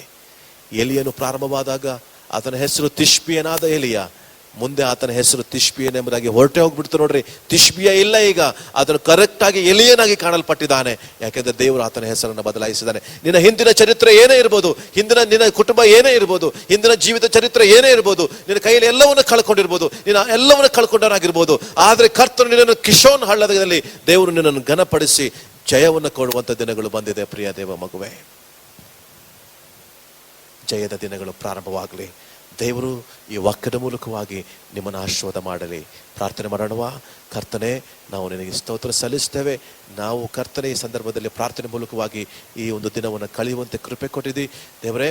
ಇದಕ್ಕೆ ಪ್ರೋತ್ಸಾಹ ಮಾಡಿ ನಿಂತ ಪ್ರತಿಯೊಬ್ಬರನ್ನ ನೀನು ಆಶೀರ್ವದಿಸು, ಬಲಪಡಿಸು, ಉಪಯೋಗಿಸು. ನಿನ್ನ ಕೈಗಳಲ್ಲಿ ಸ್ವಾಮಿ ಒಪ್ಪಿಸಿಕೊಡ್ತೇವೆ. ಈ ಚಾನೆಲ್ ಮೂಲಕವಾಗಿ ನಡೆಯುವಂಥ ಸೇವೆಯನ್ನು ಎಲ್ಲ ಡೈರೆಕ್ಟರ್ಗಳನ್ನು ಕರ್ತನೆ, ವಿಶೇಷವಾಗಿ ನಿನ್ನ ಮಗನನ್ನು, ಸೇವಕನನ್ನು ಆಶೀರ್ವದಿಸು. ಅವ್ರ ಜೊತೆಯಲ್ಲಿ ಕೆಲಸ ಮಾಡಿದ ಎಲ್ಲ ಸ್ಟಾಫ್ಗಳನ್ನು, ಎಲ್ಲ ಸೇವಕರುಗಳನ್ನ ನೀನು ಆಶೀರ್ವದಿಸು. ಇನ್ನು ಹೆಚ್ಚಿನ ಸೇವೆ ಈ ಚಾನಲ್ ಮೂಲಕವಾಗಿ ಅನೇಕ ಜನರನ್ನು ಮುಟ್ಟುವಂತೆ, ಕರ್ತನು ಬರುವವರೆಗೂ ಈ ಸೇವೆ ನಿಲ್ಲುವಂತೆ, ಕರ್ತನು ಬರುವವರೆಗೂ ಈ ಸೇವೆ ಸ್ಥಾಪನೆ ಆಗುವಂತೆ ಇವರ ಚಾನಲ್ ಅಭಿವೃದ್ಧಿ ಆಗಲಿ, ವಿಸ್ತರಿಸಲಿ. ಅನೇಕ ಕಡೆ ಅನೇಕ ಜನರು ಇದರ ಮೂಲಕವಾಗಿ ಆಶೀರ್ವಾದ ಹೊಂದಲಿ. ದೇಶಗಳು, ಪಟ್ಟಣಗಳು ಕರ್ತನ ಕಡೆಗೆ ತಿರುಗಿಕೊಳ್ಳಲಿ. ಎಲ್ಲ ಮಹಿಮೆ ನಾನು ನಿನಗೆ ಸಲ್ಲಿಸ್ತೇನಪ್ಪ. ಯೇಸು ಕ್ರಿಸ್ತನ ಹೆಸರಿನಲ್ಲಿ ನಮ್ಮ ಪ್ರಾರ್ಥನೆ ಕೇಳು ತಂದೆಯೇ, ಆಮೆನ್. ದೇವರು ನಿಮ್ಮನ್ನು ಆಶೀರ್ವಾದ ಮಾಡಲಿ. God bless you. ಈ ಒಂದು ಸೇವೆ ಮೂಲಕವಾಗಿ ನಿಮ್ಮನ್ನು ಮುಟ್ಟುವುದಕ್ಕೆ ದೇವರು ಕೊಟ್ಟಂಥ ಕೃಪೆಗಾಗಿ ಇದನ್ನು ವೀಕ್ಷಿಸಿದಂಥ ಎಲ್ಲರ ಮೇಲೆ ದೇವರ ಆಶೀರ್ವಾದ ಚಲಿಸಲಿ. ಆಮೆನ್.